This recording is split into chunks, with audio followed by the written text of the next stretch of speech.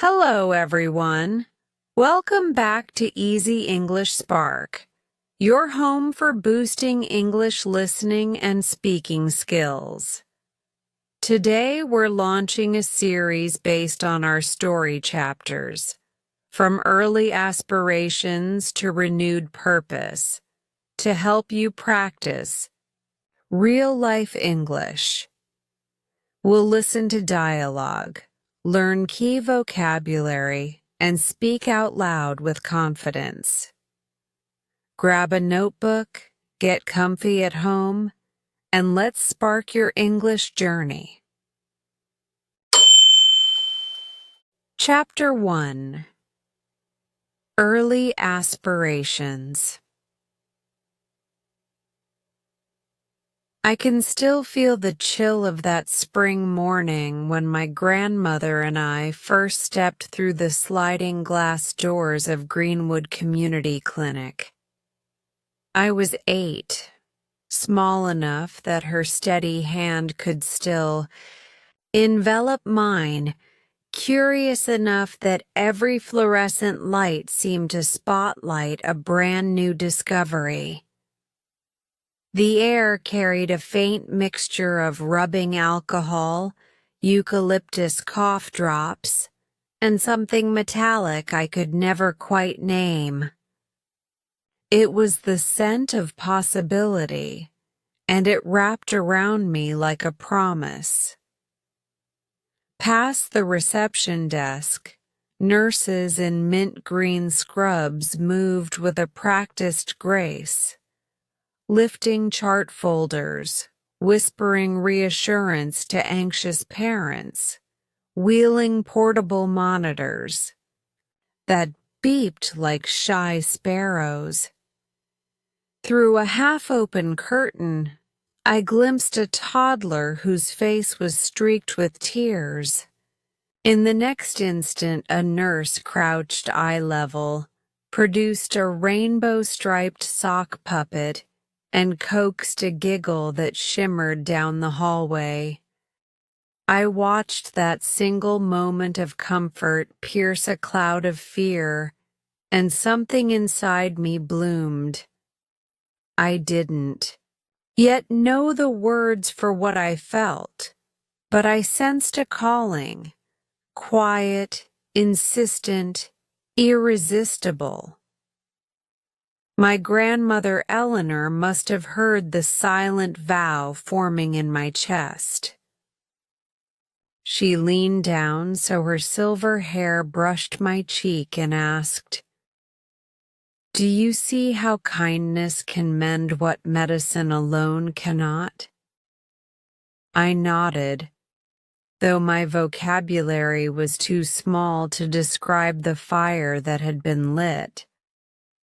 All I could answer was a breathless, "I want to do that too."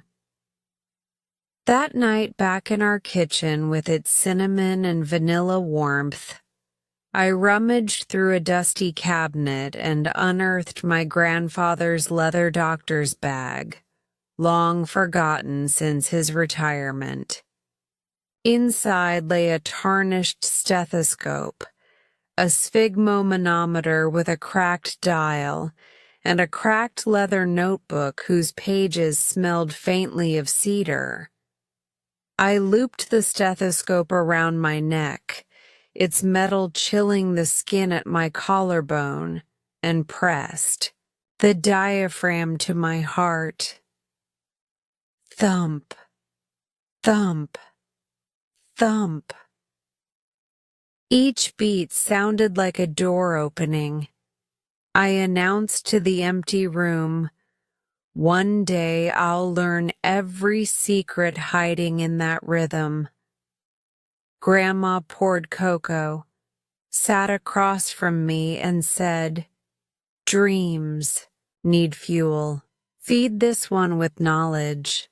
From then on, I devoured anything that even hinted at how bodies worked.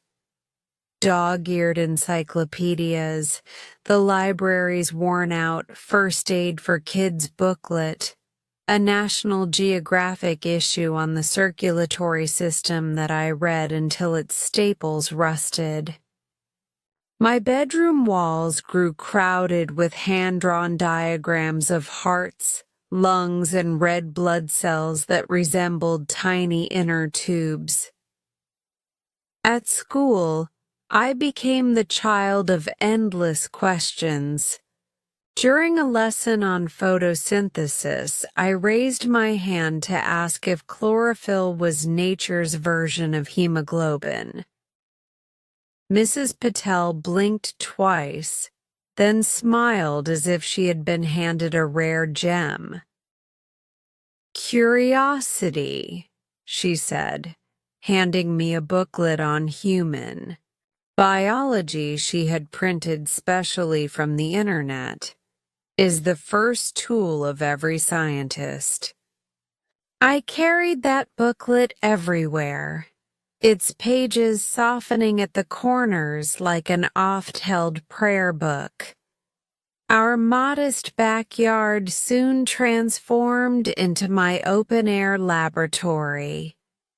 I planted rows of marigolds to study how quickly petals unfurled after dawn, convinced the process mirrored wound healing.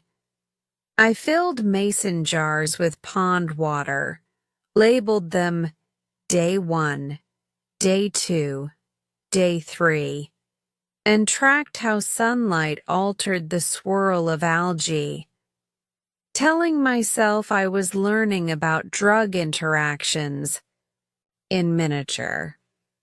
Neighbors occasionally peered over the fence to find me timing a cricket's chirps with a kitchen timer, muttering about cardiac rhythms, while Grandma sat in a lawn chair knitting and cheering me on with gentle laughter. When I turned 11, Greenwood Clinic launched a Saturday youth volunteer program. The upper age limit was 13, but Grandma marched me to the registration desk and declared, "Passion sometimes matures early." They handed me an oversized white smock that flapped like a sail and a laminated badge that read, "Olivia Reed, Junior Helper." Every Saturday before dawn, I polished my sneakers, tied my hair back, and rehearsed polite greetings in the mirror until the words sounded as crisp as the morning air. Inside the clinic, my tasks were humble. Refill water pitchers, fold freshly, laundered towels, guide elderly visitors to the blood pressure station. Yet each ritual felt sacred. I learned how tone alone could soften a patient's shoulders, how eye contact could lower a frantic pulse. One winter afternoon, a frail man in an oxygen cannula squeezed my sleeve and whispered, "I feel safer seeing you here." My heart hammered with equal parts pride and awe. The echo of that sentence still rings whenever I doubt my purpose. Of course, not every shift ended with smiles. Once, a young mother rushed in carrying a baby with a burning fever. I froze as nurses whisked the infant behind closed doors. The waiting room fell silent except for the mother's uneven breaths. Instinct propelled me to fetch a cup of water, set it gently in her trembling hands, and stay beside her until a physician emerged to say the fever was falling. I realized then that medicine was as much about being present in fear as it was about celebrating relief. By 12, I kept a leather journal, my own version of Grandpa's, where I documented everything: the color of anxious eyes, the cadence of grateful voices, even the trembling in my knees whenever an emergency siren neared. I ended each entry with a promise: learn more, feel deeper, return stronger. Whenever exhaustion threatened to dim my enthusiasm, I read those promises aloud beneath my blanket with a flashlight, reigniting the fire. Looking back, those early aspirations were more than childish wonder. They were the scaffolding of a future not yet built. Every hallway echo, every antiseptic-laced breath, every handwritten diagram formed bricks in the foundation of who I would become. I did not know the exam scores I would chase, the sleepless nights ahead, the lives I would eventually cradle between hope and uncertainty. All I knew was that the world made sense when a heartbeat filled a stethoscope, and kindness filled the space between two human beings. And that, I decided, would be the map I followed, one steady pulse at a time. Chapter 2: Academic Trials. I still remember the rust-red bricks of Northfield University glowing in the late August sun the day I arrived. My suitcase rattled across the cobblestones as new students swarmed the quad, each of us convinced that destiny sat somewhere inside those ivy-clad lecture halls. I moved into Dorm D, 4th floor, no elevator, one squeaky ceiling fan that groaned like an old man every time it turned. My roommate, Priya Mehta, was already unpacking color-coded notebooks and a microscope she'd brought from home. She flashed a grin. "Future neurosurgeon," she announced, pointing to herself, then to me. "Future," I swallowed. "Pediatrician, I think." The word sounded shaky, as though it were still trying on shoes. Orientation week vanished in a blur of campus tours and misplaced lanyards. Then Monday arrived, day 1 of Anatomy 203, Structural Foundations of the Human Body. Walking into the auditorium felt like entering a cathedral. A single cadaver table stood on the raised platform, draped in sterile blue cloth. Dr. Marcus Hale strode to the podium, silver hair cropped close, spectacles perched at the tip of a sharp nose. Without preamble, he said, "If you learn anatomy only to pass an exam, you'll forget it by autumn. Learn it to save a life, and it will stay with you forever." The room fell silent but for the scratch of pens. Those words carved themselves somewhere behind my ribs. The honeymoon ended quickly. My first lab practical involved identifying 40 structures on a prosected limb in under 20 minutes. I confused the brachial artery with the median nerve, scribbled numbers backward, and left the lab dizzy from formaldehyde fumes and self-doubt. That evening I collapsed onto my dorm room rug, pages of Gray's Anatomy splayed around me like fallen leaves. Priya brought tea sweetened with cardamom and patted my shoulder. "You'll learn," she whispered. "We all do. Eventually."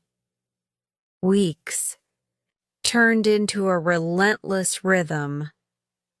6 a.m. alarm, 45-minute jog to clear my head, dining hall oatmeal wolfed down while reviewing flashcards, then back-to-back lectures, cell biology at 8, chemistry of metabolism at 10, ethics at noon.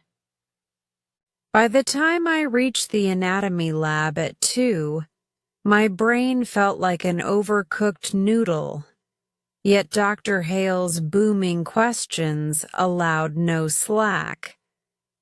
Read, trace the pathway of the ulnar nerve from cord to fingertip. My mouth opened, but words jammed, like traffic at rush hour. Hale's eyebrow rose a millimeter, equal parts challenge and invitation.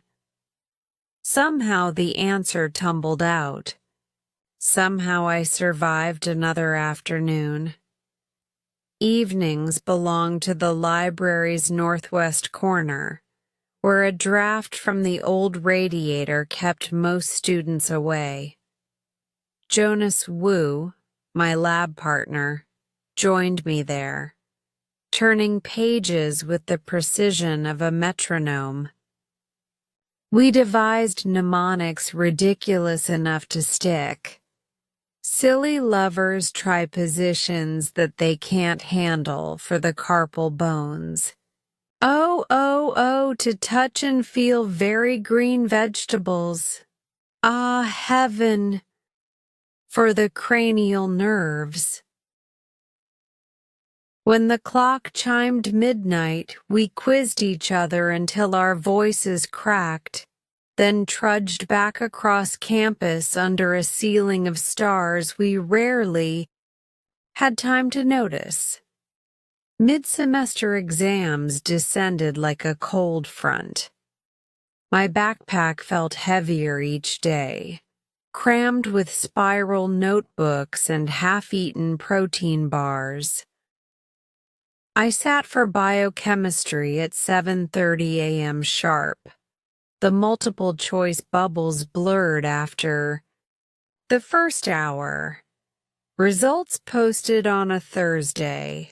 I'd scored 78%. Respectable by ordinary standards, mortifying by my own. I called Grandma from a payphone in the student union, voice trembling. She listened, then gently asked, "Olivia, why do you climb a mountain?" I sniffed. "To reach the top?" "No," she said, "because the view changes you on the way up." Her confidence steadied me more than any study guide. Determined to raise my game, I mapped out every waking hour on a whiteboard. Lectures, labs, review sessions, group study, sleep in 4-hour blocks if necessary. I stopped scrolling social media entirely. Priya confiscated my phone during study hall. Coffee became a fifth food group. Some nights my hands shook from caffeine, yet my eyelids still drooped while I traced the hepatic portal system again and again. In November, the cadaver dissection reached the thoracic cavity. Dr. Hale handed me the bone saw. My gloves slick with sweat, I guided the blade between sternum and costal cartilage, the rasp of metal on bone echoing like distant thunder.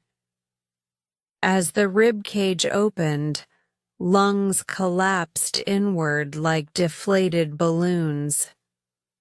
Awe silenced every anxious thought. Here it was, the architecture of breath, the secret scaffolding that kept someone's laughter alive for decades. Reverence replaced dread. Knowledge began to fuse with purpose. The semester's final gauntlet was the objective structured clinical examination. 7 minutes per station. Take a history, palpate an abdomen, counsel a patient, really a drama student in a hospital gown, on smoking cessation. Station 5 featured a man clutching his chest, sweating profusely. My pulse rocketed.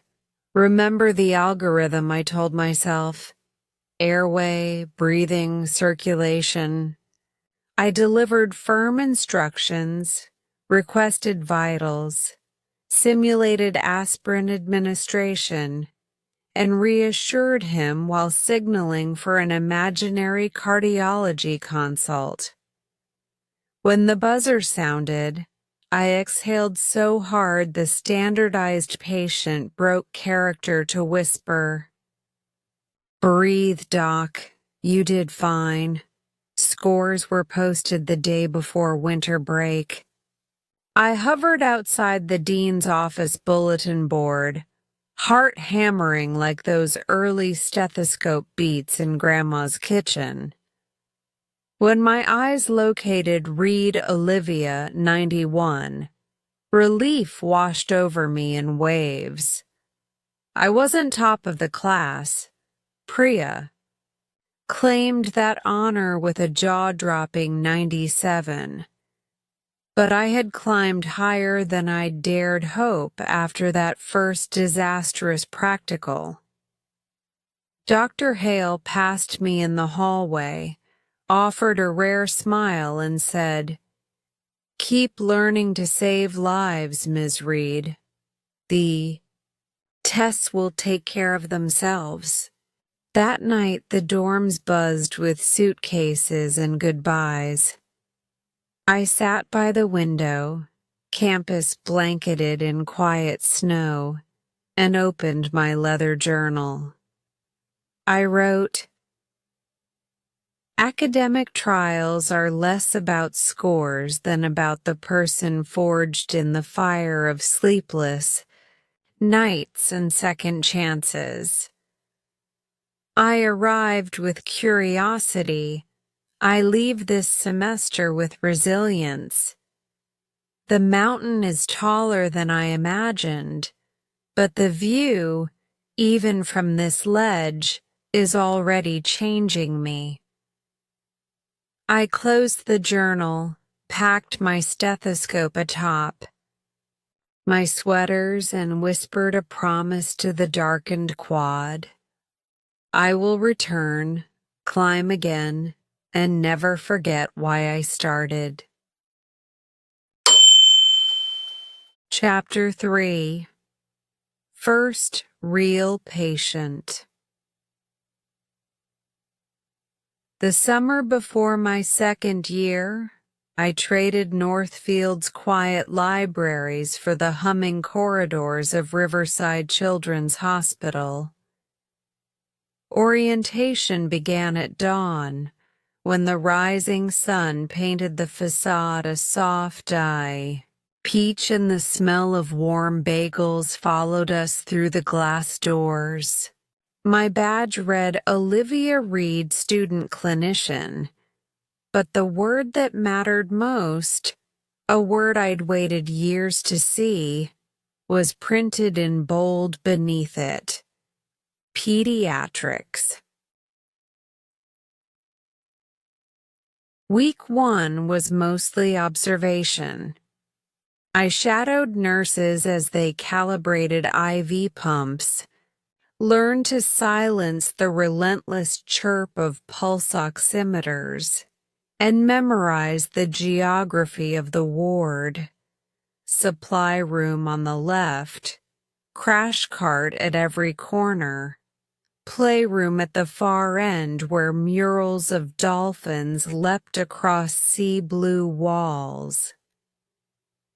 By Friday, I knew which elevator jerked at the 7th floor and which vending machine ate quarters without apology. Yet I still felt like a visitor peeking through frosted glass, certain the real work hovered just beyond my reach. That changed on a sweltering Tuesday afternoon. The air conditioning sputtered, ceiling fans churned lazily, and a thunderstorm sulked above the city, waiting to pounce. I was reviewing vaccination charts at the nurses' station when the automatic doors banged open. A woman rushed in, her face slick with rain and panic, a small boy clutched to her chest. "Help, please. He can't breathe." In an instant, the ward shifted gears. Alarms never sounded. Experience alone pulled everyone into motion. The triage nurse, Clara, waved the mother toward exam room 3, calling over her shoulder, "Student, you're with me." My pulse spiked. This was the moment. I felt it thrum like an electrical current. Inside the room, fluorescent lights flickered over sterile white walls. The boy, Mateo, his mother whispered, was 7, rail thin, skin the gray of storm clouds. Each breath rasped through constricted airways, shoulders bobbing like a swimmer desperate for the surface. His wide eyes locked on mine, and in them, I recognized a terror no textbook had captured. Clara's voice broke the trance. "Vitals." I snapped on gloves so fast the latex stung my wrists. "Pulse, 142, respiratory rate, 38, and climbing. O2 sat, 86%. Skin cool, diaphoretic." Clara nodded. My numbers matched hers. She handed me an albuterol nebulizer mask. "You studied the protocol. Do it." My hands trembled as I fitted the mask over Mateo's mouth and nose. A high-pitched hiss filled the room, medicine turning to vapor. "Breathe slowly, buddy," I said, forcing calm into each word.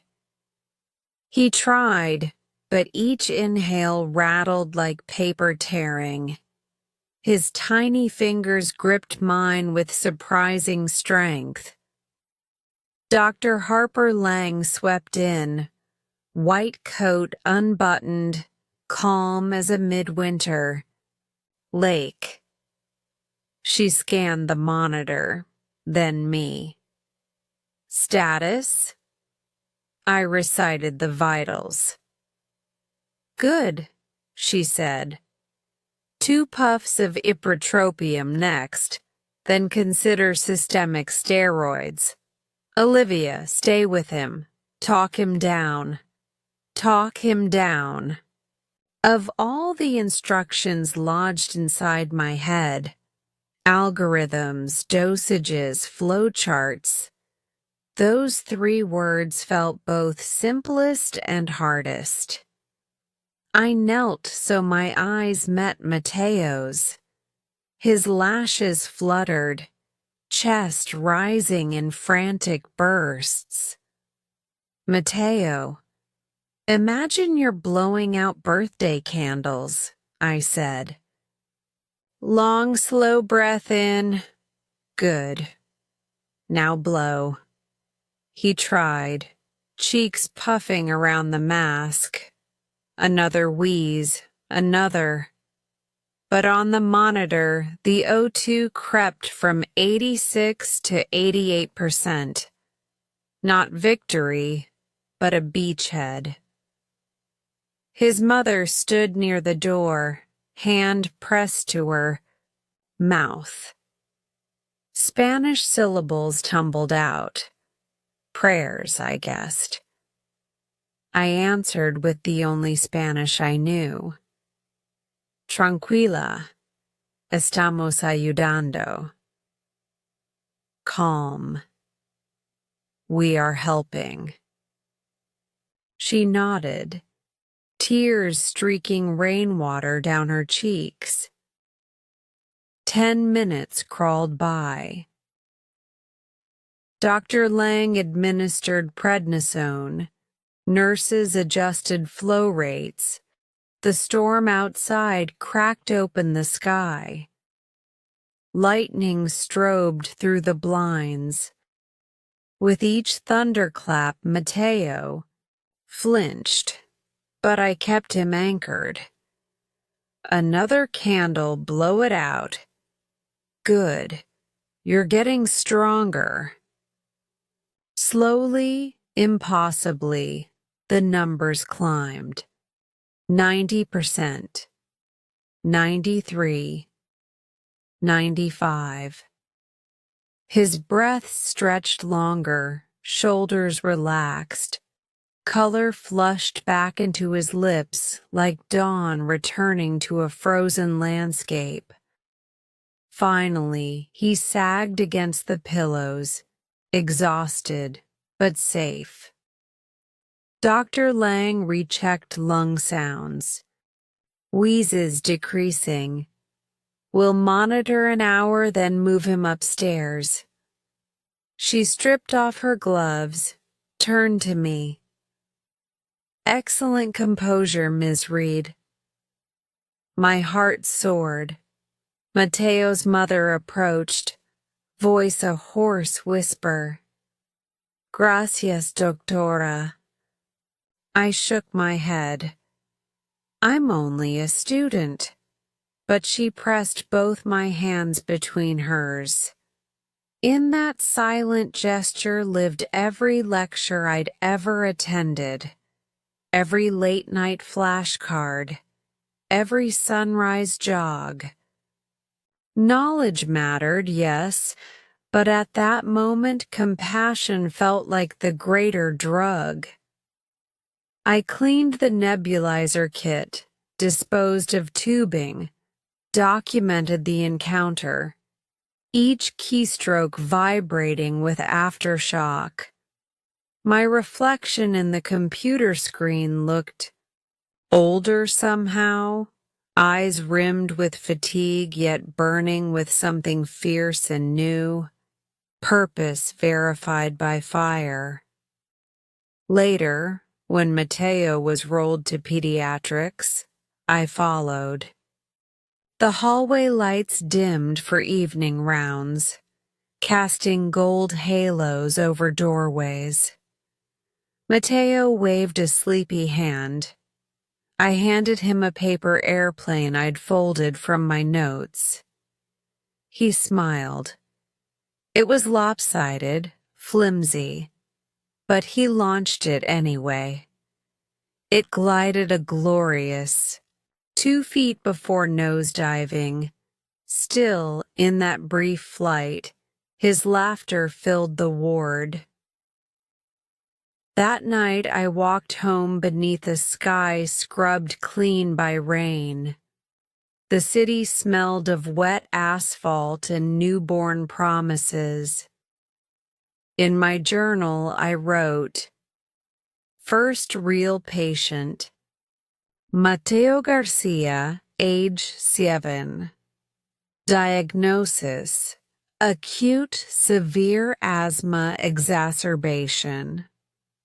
Treatment, nebulized albuterol, ipratropium, prednisone, oxygen therapy, unmeasured units of reassurance. Outcome, stable, breathing easy, eventual discharge predicted. Personal side effects, heart racing, knees weak, newfound certainty that every ounce of struggle is worth it. I closed the notebook, but sleep wouldn't claim me. I replayed the scene, the rasp of Mateo's breaths, the cold snap of adrenaline, the moment his oxygen climbed above 90.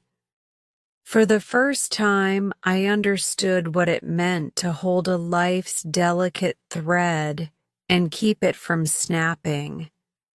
The weight was terrifying and intoxicating. Somewhere, Mateo slept under the quiet whir of a pediatric ward ventilator.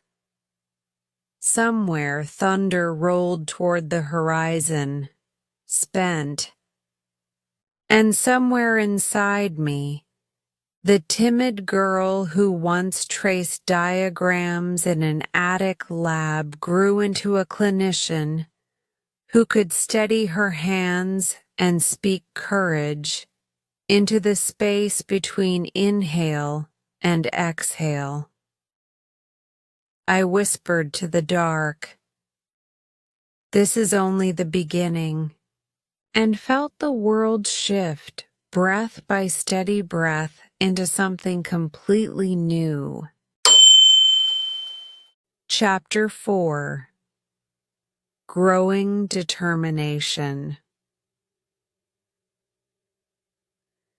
The morning after Mateo's crisis, I walked back into Riverside Children's Hospital before sunrise, backpack thumping against my spine like a metronome set too fast.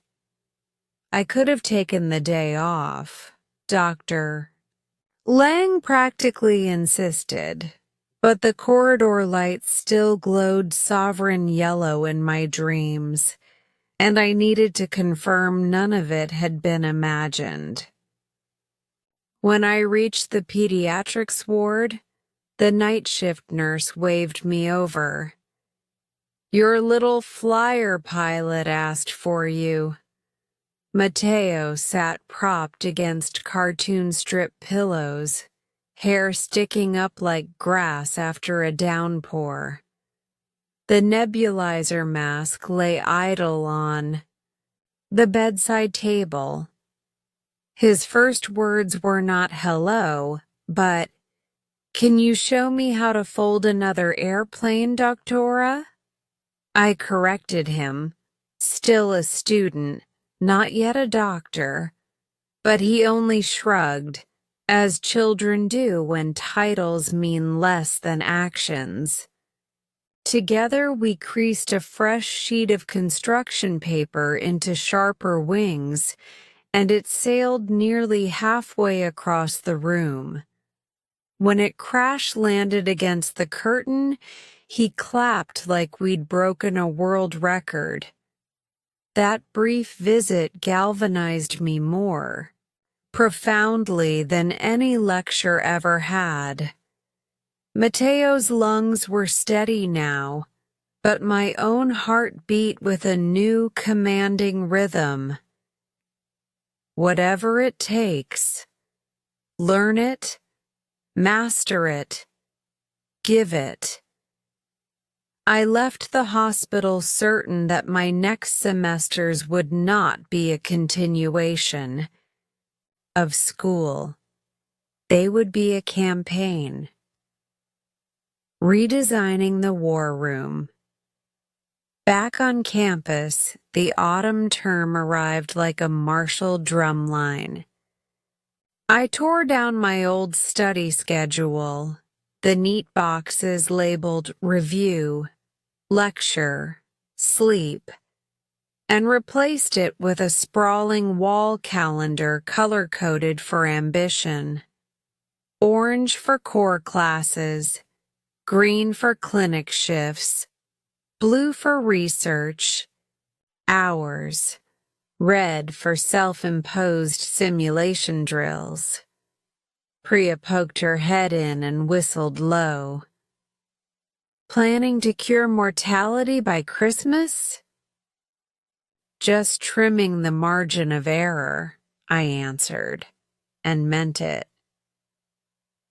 My first campaign maneuver was to overload on electives, neurodevelopmental disorders, pediatric pulmonology, and an evening seminar called Advanced Clinical Communication taught by Dr. Helena Ortiz, a trauma psychologist famous for turning stoic interns into empathetic listeners.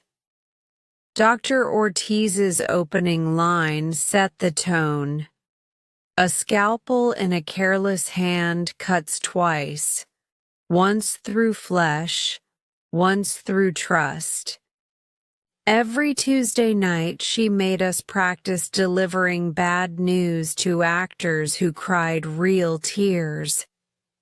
I failed spectacularly at first, defaulting to jargon and hollow optimism, but each stumble carved depth into my voice until it could carry both honesty and hope. The anatomy lab, again.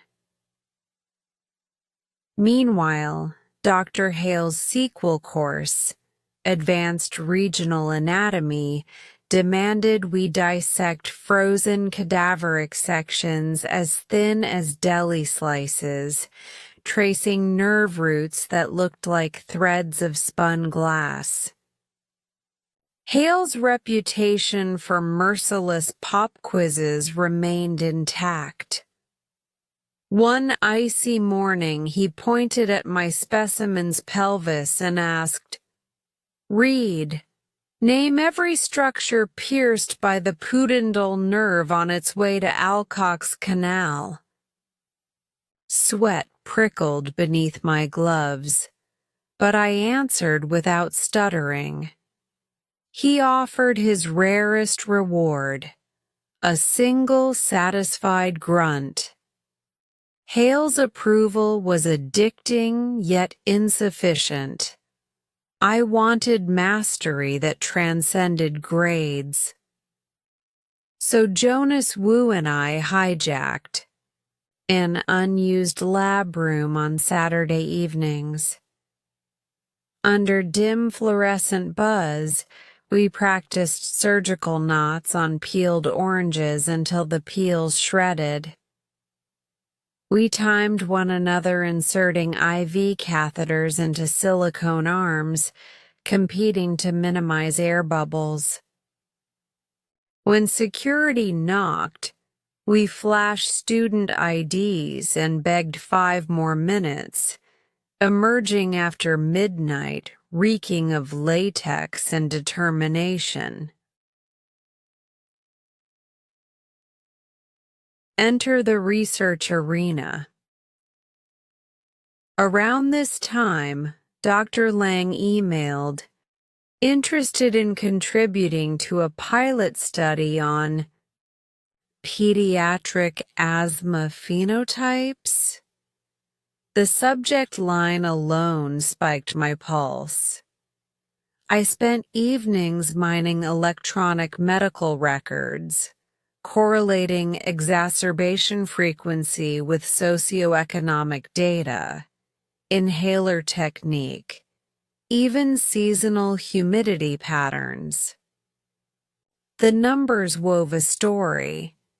Children from low-income neighborhoods were landing in our ER twice as often, often because parents rationed inhalers to stretch a paycheck. One night at 2 a.m., knee-deep in spreadsheets, I remembered Mateo's mother, digging through her purse for insurance papers with shaking fingers. The memory hardened into resolve. I drafted a proposal for a green kit program, free spacer devices, bilingual instruction cards, and taxi vouchers to follow-up clinics. The hospital board greenlit a small trial. Even if only a handful of families benefited, the project felt like proof that data could be alchemy, turning rows of numbers into breathing children. Burnout's first ambush. Relentless forward motion, however, comes with a hidden fatigue tax. By October, my sleep averaged 4 hours. My diet consisted of protein shakes and sporadic campus cafe burritos, and my hands trembled not only from caffeine but from accumulated adrenaline. During a pharmacology quiz, I blanked on the half-life of aminophyllene, information I'd recited 100 times. I left the room queasy with dread. That evening, Priya blocked the dorm door, stethoscope draped like a sheriff's badge. "Olivia, you're circling the drain. I can't slow down. You can't treat patients if you collapse on them." She confiscated my flashcards and marched me to the campus gym's climbing wall. Suspended 15 feet above ground, I rediscovered the primal clarity of gripping rough plastic holds, focusing on one reachable target at a time. By the time my feet hit the mat, a strange calm settled over me. An oxygen debt repaid not by studying but by surrendering, briefly, to gravity and silence. From that week on, Wednesday evenings were reserved for climbing. No negotiation. My grades did not suffer. If anything, recall improved. Determination, I learned, thrives on commas, not just periods. Night shift epiphanies. In November, I began overnight rotations at the city's free clinic. Violence and poverty cohabited that neighborhood. Sirens stitched through the night air like mechanical lullabies. On my first shift, a teenage girl limped in clutching her abdomen. An at-home pregnancy test had shown 2 blue lines. Her parents had thrown her out.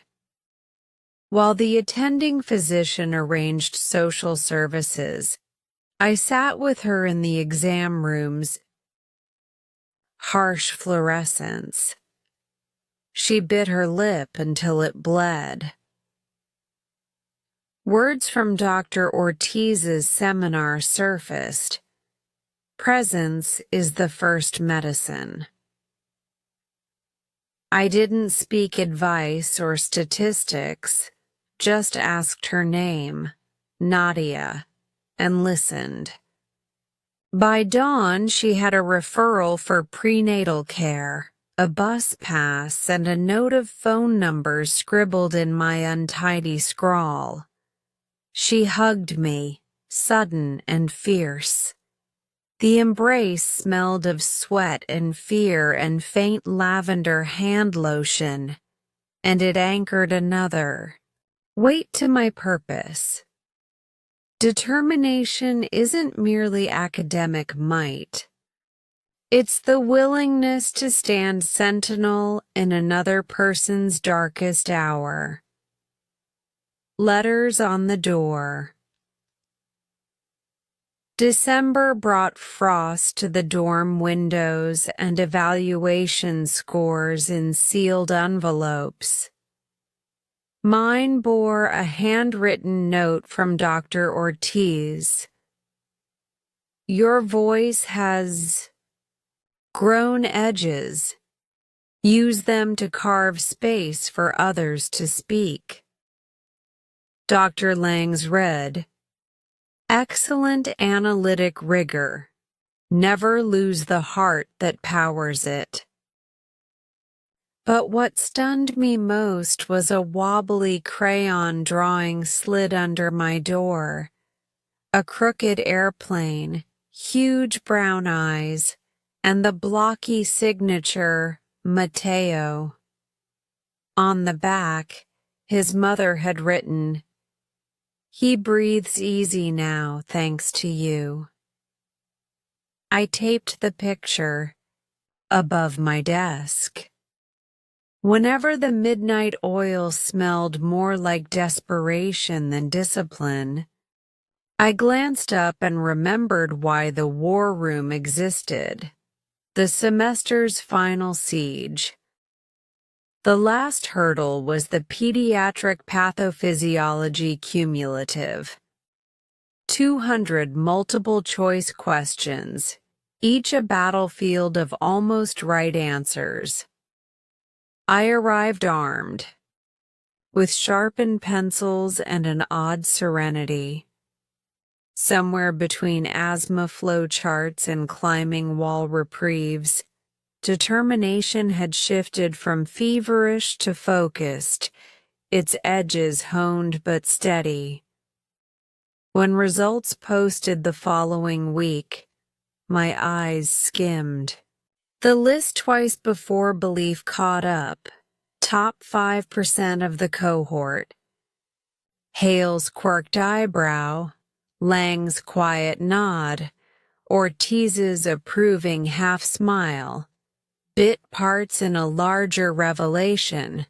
Scores were milestones, not destinations. The true metric was the widening reach of skills and compassion. New oaths. On the final. Evening before winter break, I packed my stethoscope and the crayon airplane into the same battered leather bag I'd found in Grandma's cupboard years ago. Snow dusted the quad like chalk outlines of vanished clouds. Under the lamplight, I opened my journal and wrote, determination is a living thing. Feed it knowledge and it grows clever. Feed it rest and it grows strong. Feed it purpose and it becomes unstoppable. Semester complete.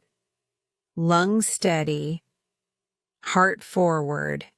I flipped the page, drew a small square, and labeled it, Room for the Next Victory. Then I zipped the journal shut and headed for the bus station, mind already drafting strategies for the battles yet unseen.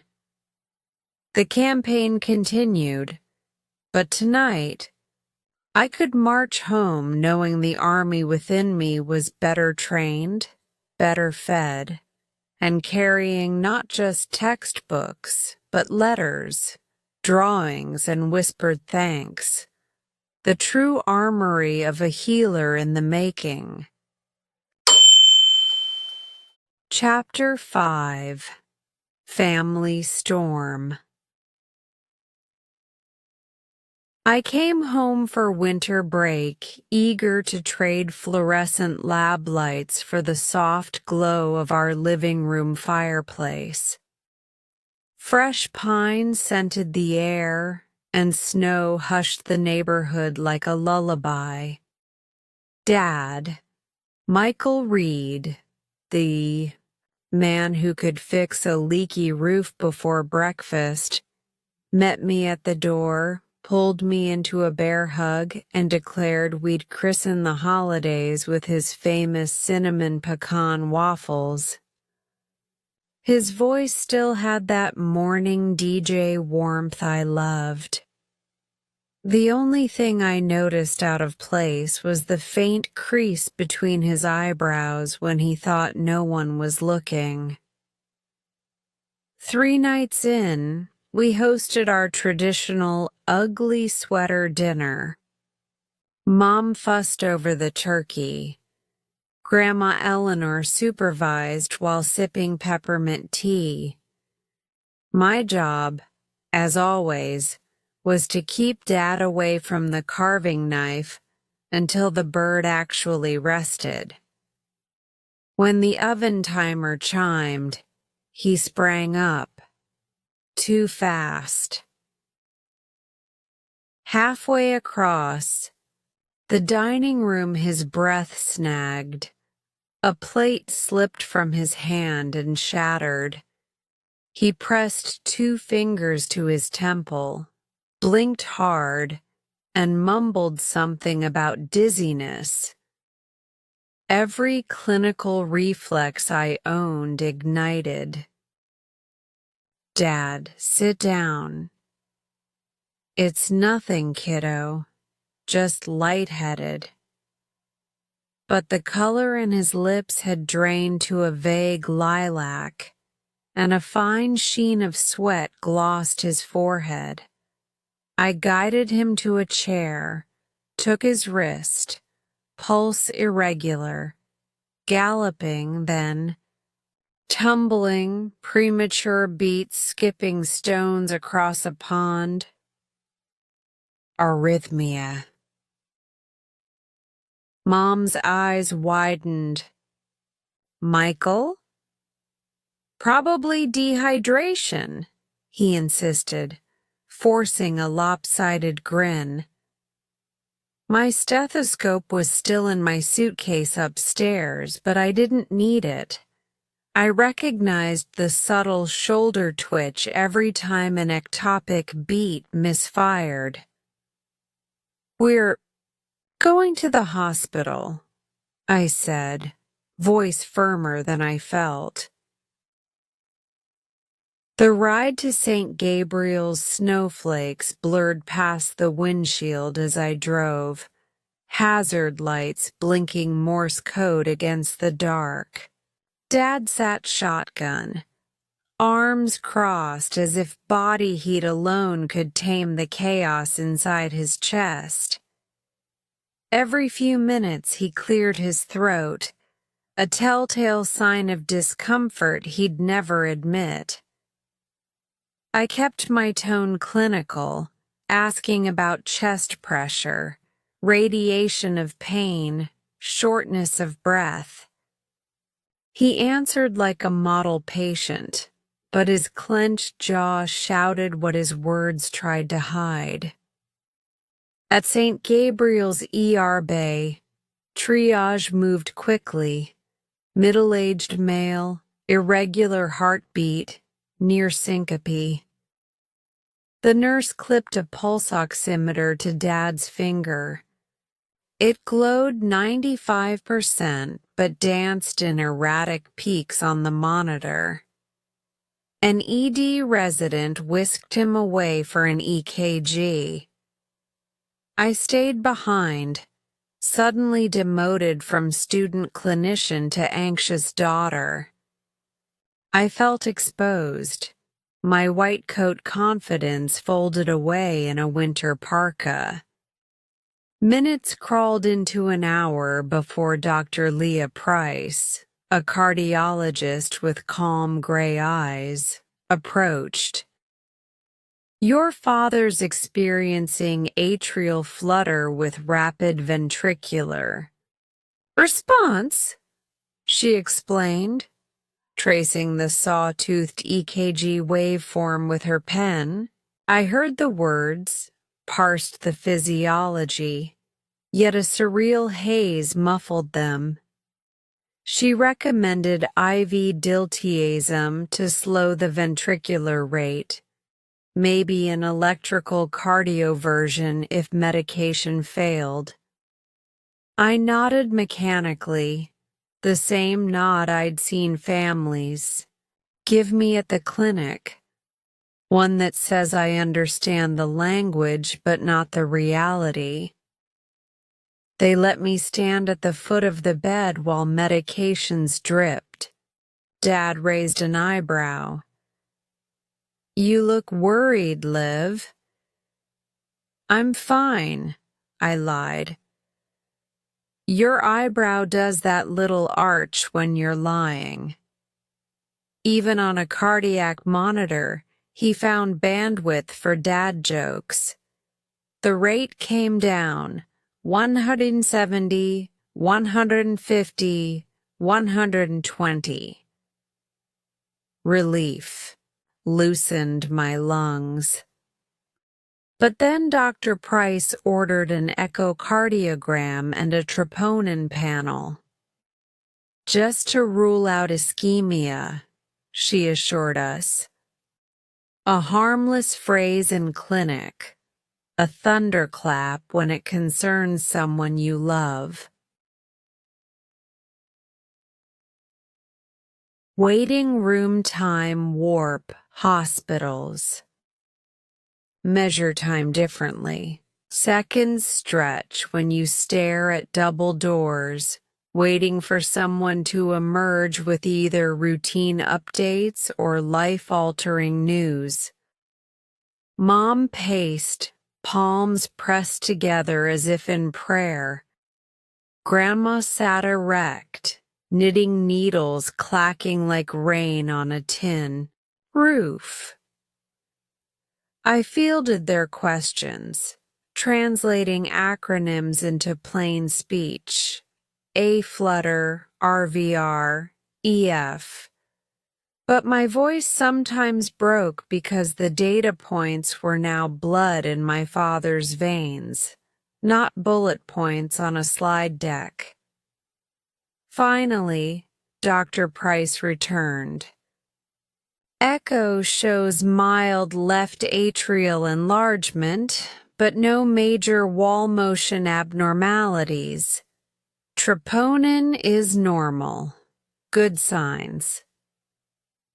Relief unfurled inside me like a flag, yet dread still flickered. Mild enlargement hinted at chronic strain, something I should have noticed earlier. Guilt slithered in. How many phone calls had I cut short to finish a research draft? They kept Dad overnight on telemetry. Mom insisted I go home to rest, but I curled into the vinyl recliner beside him. Machines beeped lullabies I'd memorized. From pediatrics. Here they sounded ominous. Around 2 a.m., he stirred. "You'll ace cardio this spring," he joked. I forced a smile, but my throat tightened. In that moment, I understood every parent who had gripped my hand in clinic. Love reduces knowledge to a trembling wish. New normal. Discharge came 2 days later with a prescription list that read like a pharmacology final. Anticoagulant, beta blocker, statin. Lifestyle modifications, follow-up in 4 weeks, possible ablation if episodes recurred. Dad returned. Home slower. Every movement cautious like stepping onto an icy sidewalk. Mom set alarms for pills, taped low-sodium recipes on the fridge. I created a spreadsheet, times, doses, side effects, to reclaim a sense of control. Classes resumed, but I commuted on weekends to monitor Dad. Each visit revealed micro improvements. Stairs climbed without pauses, humor returning in sarcastic bursts. Yet each goodbye felt like pulling Velcro from my heart. Back at Northfield, I'd catch myself refreshing the home security camera feed just to see him walk past the living room doorway. One Friday night in February, my phone buzzed during a study group. Dad. Palpitations again, heading to ED to be safe. Cold spread from my spine to fingertips. I sprinted to the bus station, anatomy flashcards flapping from my pockets like fleeing birds. 7 hours later, I found him propped in an ER bed, IV whirring benignly. The episode had self-converted. He was fine. But I wasn't. Seeing the lead, stickers on his chest felt like déjà vu rewritten in sharper ink, torn between two worlds. Academic demands didn't loosen. The Green Kit Asthma Project entered data analysis phase. Dr. Hale's lectures advanced to intricate cardiac embryology, and research deadlines piled like snowdrifts. I lived in a state of dual citizenship, half heart in lecture hall, half heart in cardiology waiting room.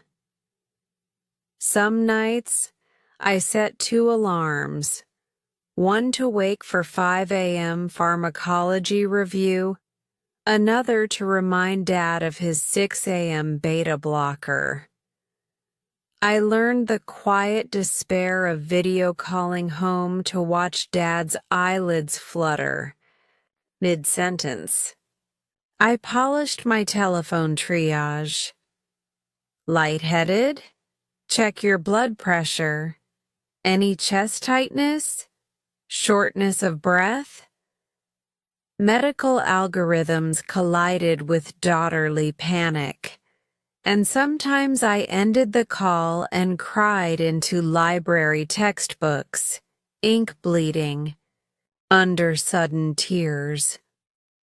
Dr. Ortiz noticed the dark crescents under my eyes during a communication seminar. After class, she pulled me aside. Compassion fatigue isn't limited to professionals. It hits family first. She prescribed a radical treatment plan, permission to feel. Her words cracked the dam. I told her everything. She listened. No clipboard, no stopwatch, just human presence. When I finished, she said, "Let your roles coexist. Being a doctor in training does not cancel being a daughter in pain." The night of the storm. Late March delivered a nor'easter that slammed the city with sleet and 40-mile-per-hour winds. Power flickered in our dorm.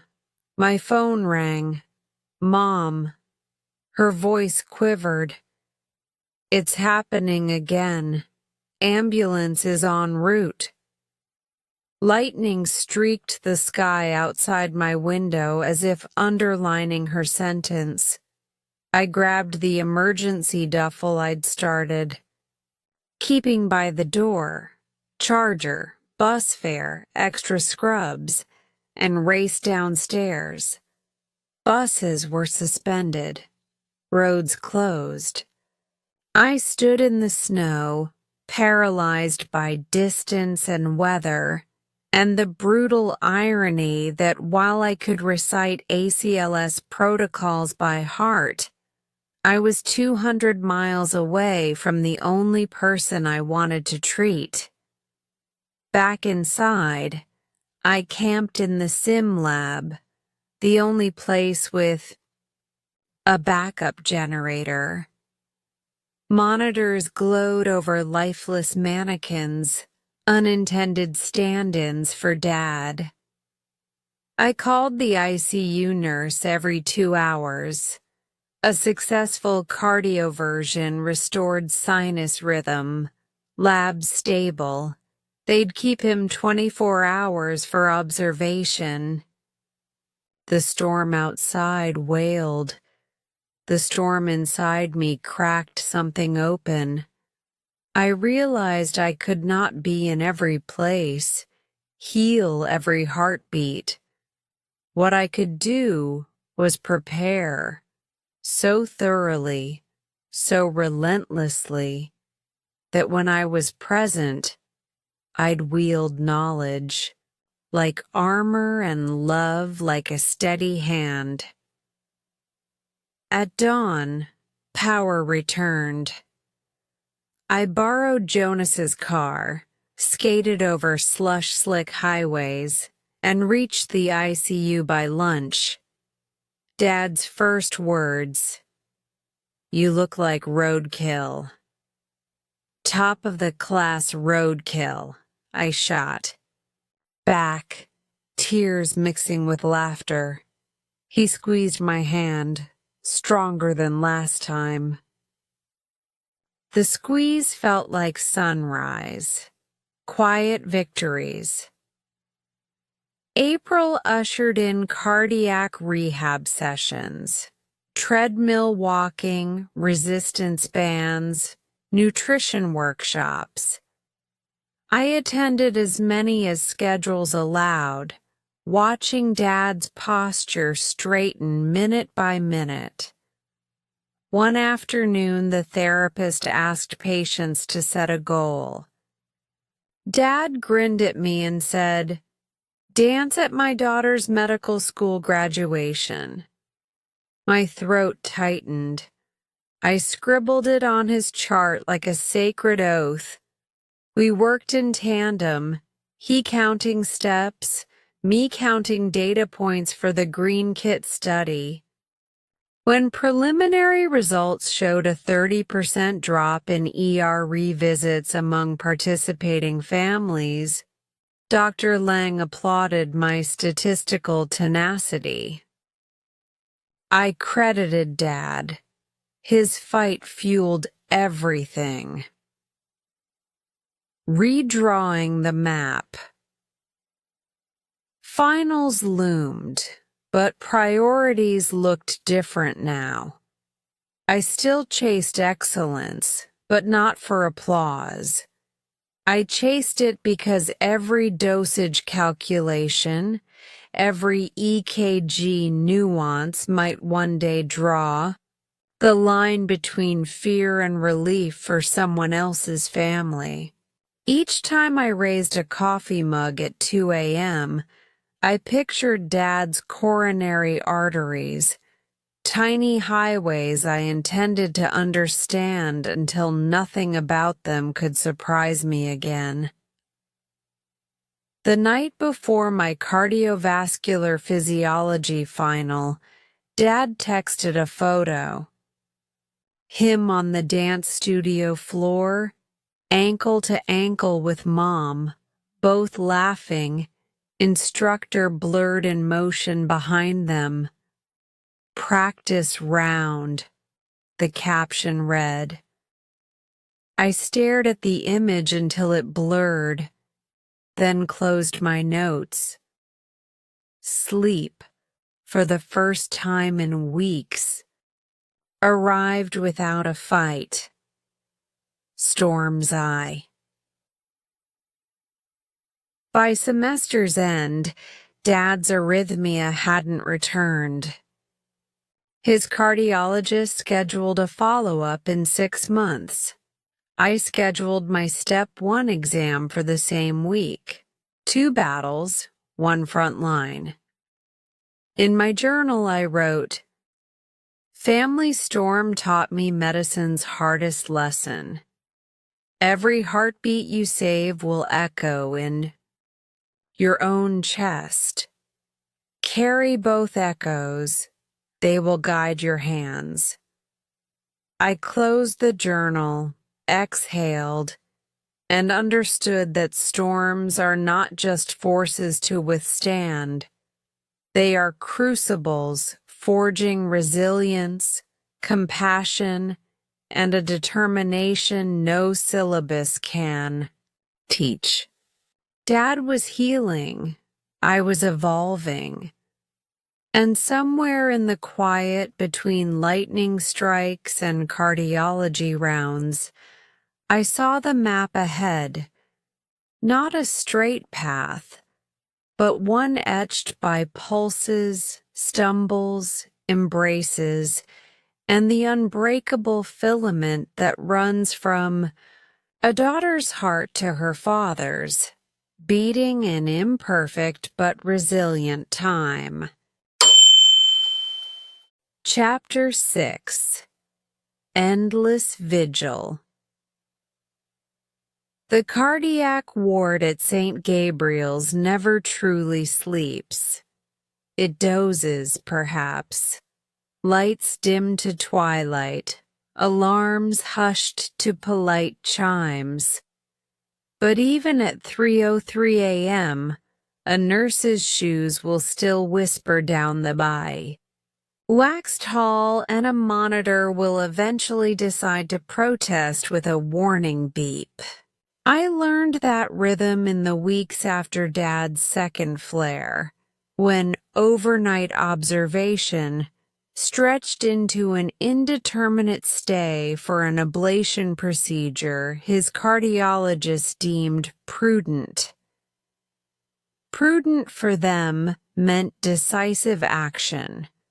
Prudent for us meant another stretch of time measured by IV drips and ECG printouts.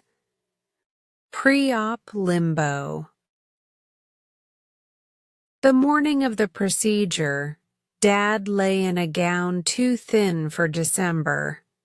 The ties at the back never meant for dignity. His chart rested at the foot of the bed like a sealed verdict, and every time I glanced at it, I felt both curiosity and dread. An orderly clipped a fluorescent wristband on him. I pretended not to see the barcode label that reduced Michael. Reed, father, handyman, amateur waffle maker to a string of digits. He cracked a joke about hospital fashion. I smiled, but my throat tightened when the anesthesiologist asked him to sign the consent form. Risk of bleeding, risk of stroke, risk of death.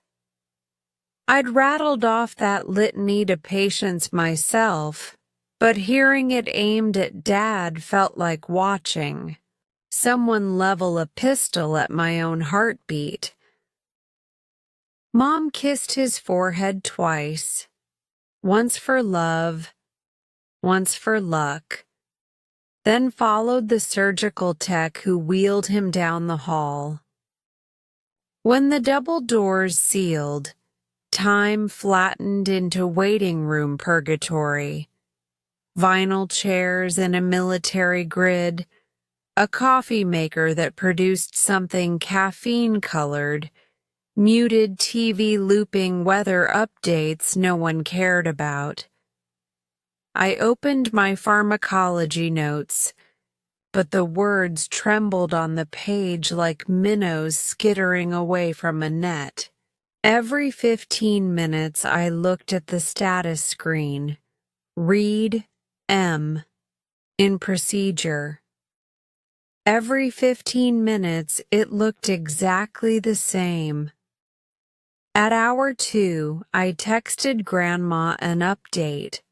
At hour 3, I answered Priya's string of worried emojis with a thumbs up. I did not feel. At 3 hours 46 minutes, the screen finally changed to closing. My lungs remembered how to move. ICU twilight. Post-op. Dad resurfaced in bed 4 of the cardiac ICU. Pale, groggy, wires sprouting from chest and groin like strange vines. A transparent dressing revealed the tiny catheter entry in his femoral vein. A postcard-sized doorway through which doctors had burned away the faulty electrical pathways. Ablation complete. No complications, the surgeon said. I thanked her, voice steady, legs shaking. That first night, Mom went home to rest. I stayed. The room hummed with machines, telemetry tracing sawtooth waves in neon green, arterial line whispering mean pressure, infusion pump clicking every 69 seconds. I counted those clicks until they fused with my pulse. Step 1. Flashcards. Lay on the bedside tray, but I found myself quizzing the equipment instead. PR interval normal, QRS narrow, saturation holding at 97, as if the ward itself were the exam. At 02:17, the heart rate alarm blipped from 68 to 110. I shot upright. The nurse, Janelle, calm as moonlight, peeked in. Sinus tachy, she murmured, silencing the alarm. He coughed. Sometimes that'll spike it. As she adjusted Dad's blanket, I realized my own heart was outpacing his. She patted my shoulder. Breathe, Doc-to-be. I did. One shaky inhalation followed by the slowest exhale of my life. Dawn in fluorescent colors. There's a peculiar beauty to hospital dawn. The first shift change floats in like a tide, carts rolling, coffee steaming, voices exchanging compressed tales of the night. Through the slit in the blinds, I caught the palest ribbon of pink, and for an instant I pretended it was sunrise over a lake instead of a parking structure dotted with frost-rimmed sedans. Dad stirred. His voice rasped through dryness. Score any points on that exam yet? I laughed. Half sob, half sunrise. Working on it. Your vitals are giving me bonus questions. He smiled, and the monitor's heart icon seemed to wink in agreement. The vigil becomes routine. Days blurred into a vigil that felt both endless and strangely finite, because every 24 hours had the same chapters. Morning rounds. Residents recited lab values like prayer beads. I chimed in, translating for Mom, who sat, notebook ready, though she never quite distinguished creatinine from croissant. Rehab hours. A physical therapist coaxed Dad to dangle his legs, then shuffle 3 steps, then 5. Each triumph earned a sticker on the whiteboard. Goal: 200 steps by Friday. Quiet afternoons, Dad dozed, and I turned the recliner into my study bunker. I taped index cards to the IV pole, cyanosis differentials, cardiomyocyte action potentials, quizzing myself between his snores. Evening lullabies. ICU dimmed its lights. Alarms turned polite.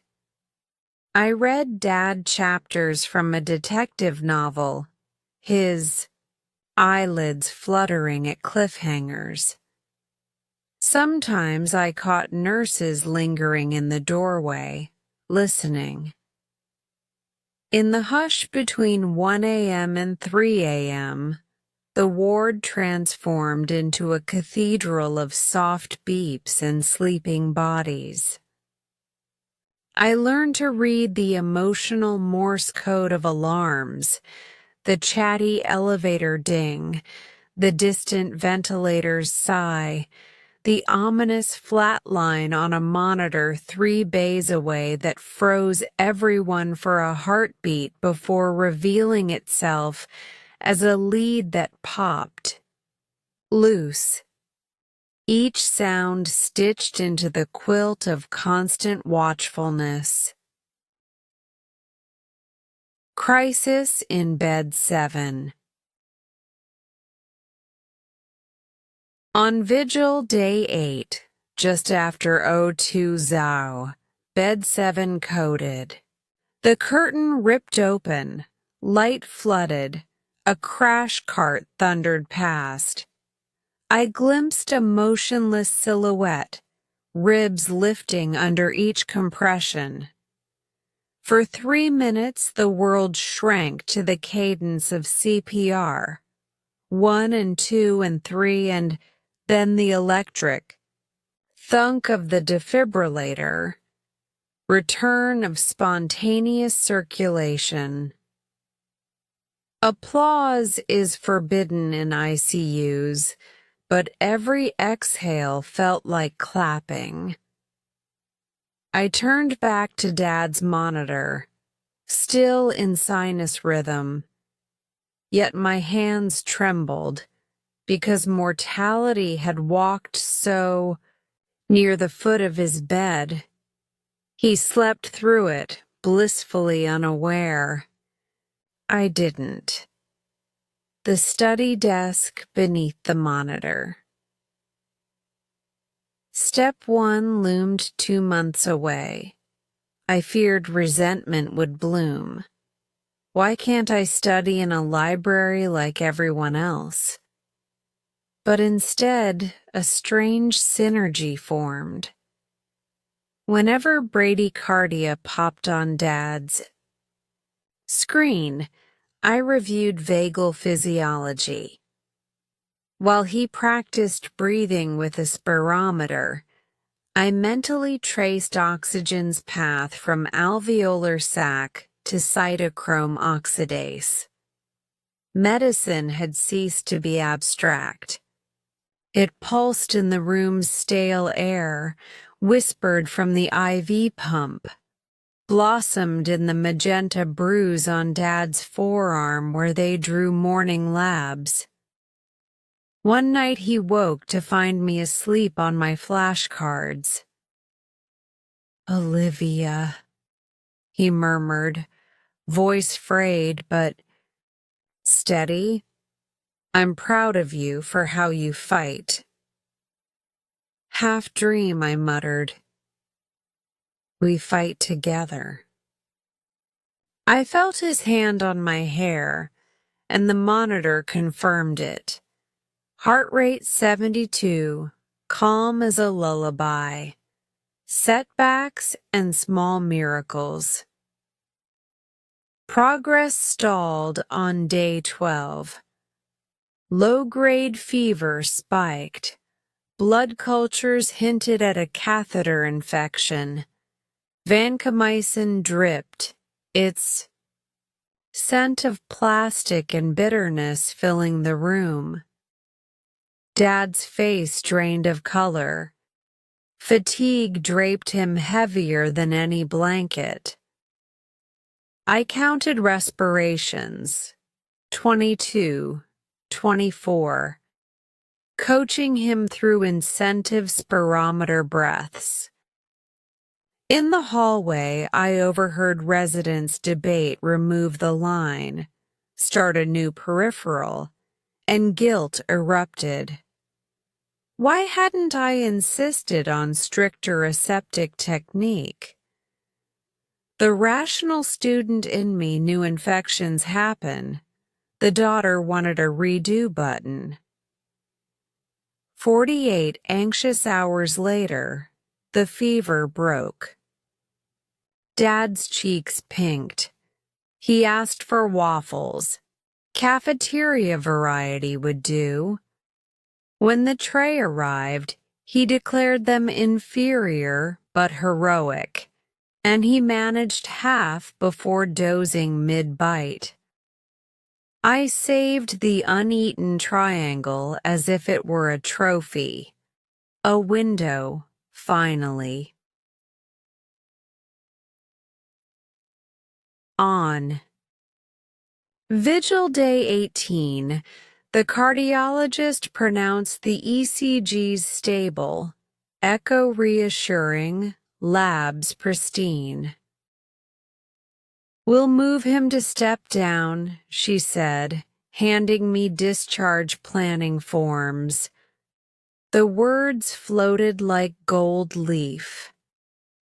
That afternoon, we wheeled Dad into a private room lit by an actual window.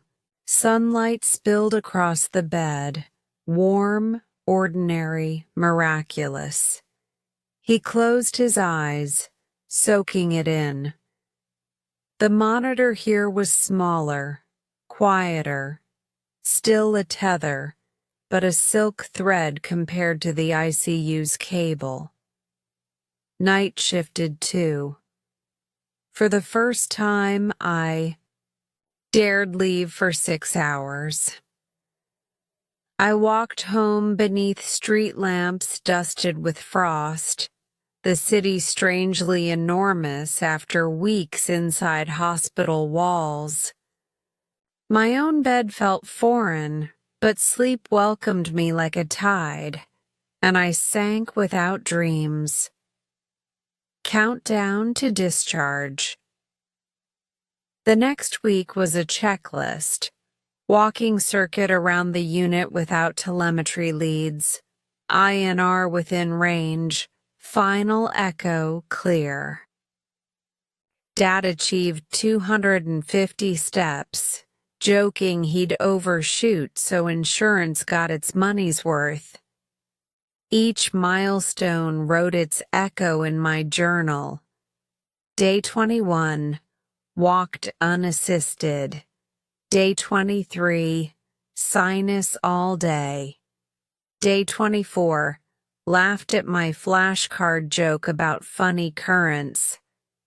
Healing is compound interest, tiny deposits, exponential returns. On day 25, the nurse clipped off the last electrode patch. Dad inspected the adhesive ghost on his chest and whispered, "Free." I swallowed a lump the size of a fist. Home, but the vigil remains. Discharge papers in hand, we navigated the lobby like tourists released from orbit. Snow was melting. Slush soaked Dad's sneakers while I hovered, ready to steady him. The drive. Home felt shorter than the drive in. Same route, different gravity. When we crossed the threshold, Mom had turned the living room into a convalescent suite. recliner positioned for optimal TV angle, side table stocked with pill organizer, blood pressure, cuff, and yes, a backup spirometer. Dad shook his head, equal parts touched and teased.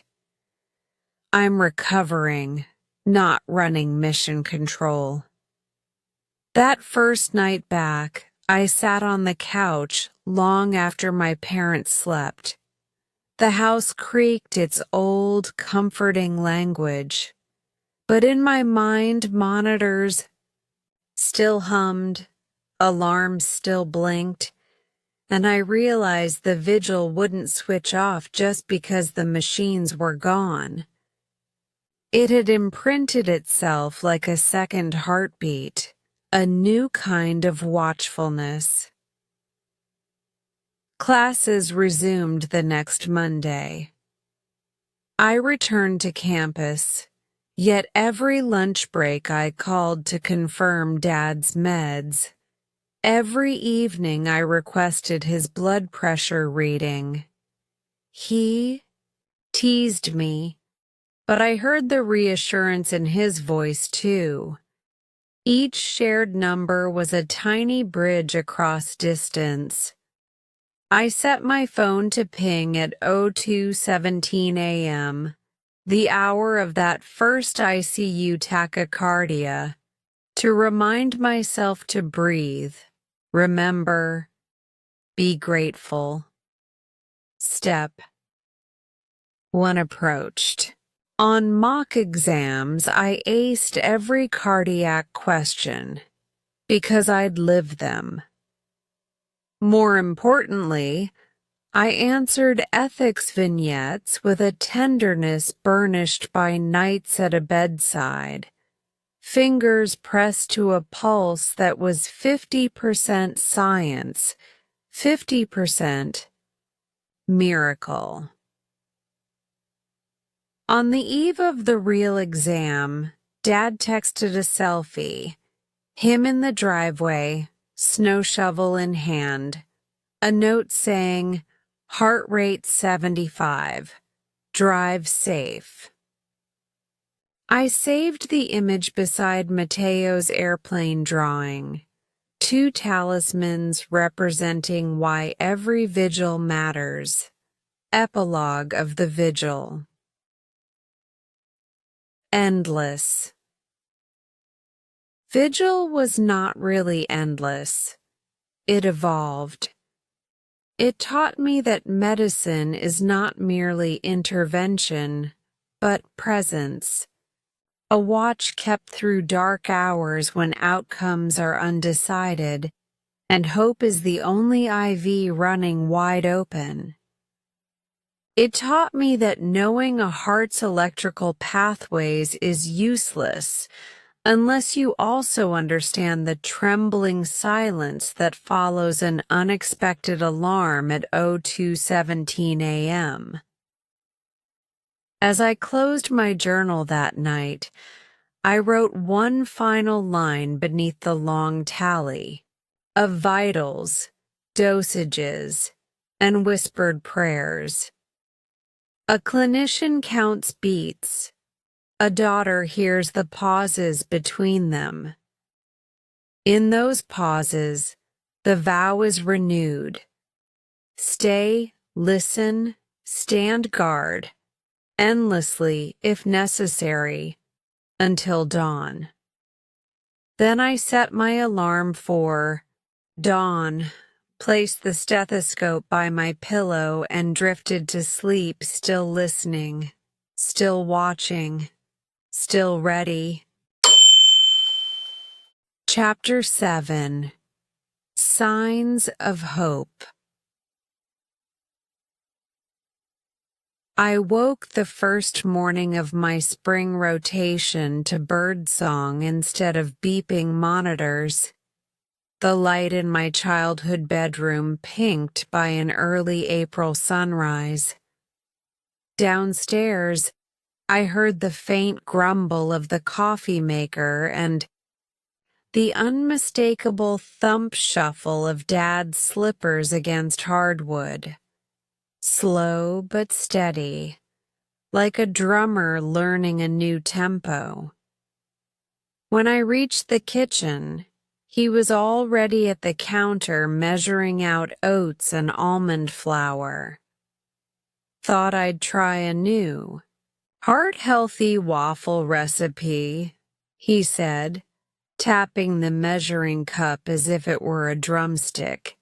I hovered, ready to intervene, but his hands moved with practiced ease, no tremor, no breathless pause. He caught my anxious gape and grinned. Doc cleared me for light culinary adventures, supervised, of course. I leaned against the doorway, breathing in the scent of cinnamon and citrus zest, hope disguised as breakfast batter. First steps, real steps. Cardiac rehabilitation became Dad's new classroom.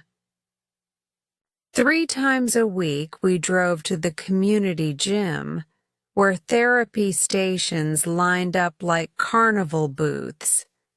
Hand cycles, resistance bands, mini trampolines.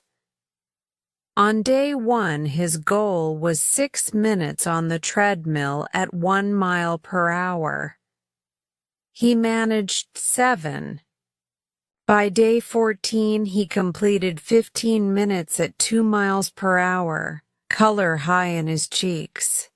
The therapist printed a progress graph, red dots climbing a hill, and taped it above the machine. Dad tapped the highest dot. "We're painting Everest, kiddo." Each session ended with a cool-down walk outside.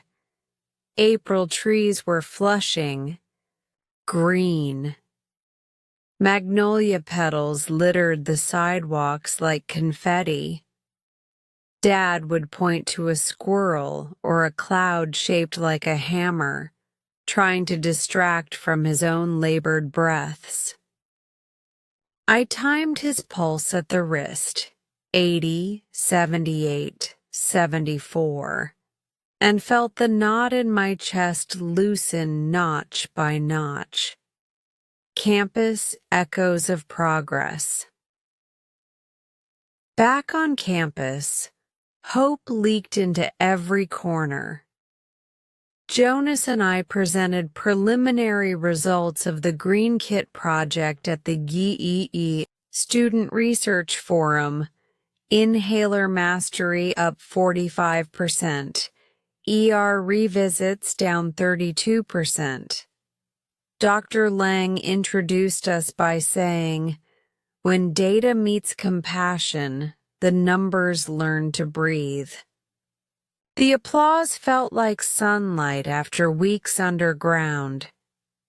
During clinical skills lab, I was assigned a standardized patient simulating post-MI anxiety. My voice, once hesitant, was steady as I explained recovery timelines, nutrition tweaks, ways to enlist family support. The evaluator scribbled a note I later read on my feedback sheet. Speaks from lived empathy, patient visibly relaxed. I tucked that paper behind Mateo's airplane drawing on my dorm corkboard. The exam and the envelope. Step 1 finally arrived. 8 hours of fluorescent solitude, 50 questions per block, every cardiac murmur echoing with Dad's heartbeat. I walked out exhausted but strangely peaceful. Whatever score landed in my future, real life had already schooled me well beyond multiple choice. Results took 3 nail-biting weeks. I was folding laundry when the email pinged. I opened it, blinked twice. 263, top decile. My knees buckled. Onto the bedspread of mismatched socks. I dialed home. Dad answered on the first ring. "Remember our deal?" he asked. "What deal?" My voice trembled. "If you crush that test, I'd attempt the neighborhood hill." The hill was infamous, a 12% grade masquerading as suburban landscaping. The next Saturday, under a blue sky filigreed with cirrus, Dad and I tackled it. He paced himself, left, right, slow, breathe, while I counted steps like rosary beads. At the summit, he bent double, hands on knees, sweat catching sunlight like diamonds. Then he straightened, raised both arms, and let out a laugh that startled a resting crow into flight. I recorded the moment on my phone and added it to a new album labeled Signs of Hope, Letters and Visitors. Hope multiplied in small but startling ways. A postcard arrived from Mateo's family, a photo of him kicking a soccer ball, inhaler clipped to his waistband, captioned, "Gracias, he's on the field, not in the ward." Grandma Eleanor sent a newspaper clipping about the clinic's new grant to expand the green kit citywide. Priya forwarded a selfie. Her scrub cap emblazoned neurosurgery or bust, cheeks dimpled with the kind of determination that makes even 3 a.m. neurology consults sparkle. Dr. Ortiz stopped me after seminar. "You've shed the armor," she said. "Now you wear resilience like a second skin." I joked that resilience sometimes felt more like duct tape, but her smile told me she saw the seams reinforcing, not fraying. A dance floor promise. By early sigh. June, Dad's cardiologist cleared him for moderate social dancing. Mom wasted no time enrolling them in Friday night salsa basics. I attended the first class, lurking near the water cooler, stifling laughter as Dad counted beats aloud. Quick, quick, slow. Quick, quick, oops. Mom twirled with theatrical flair, nearly toppling them both. The instructor applauded their gusto. When the song ended, Dad beckoned me onto the floor. "Graduation's next year," he said, hands warm in mine. "We need to practice. We..."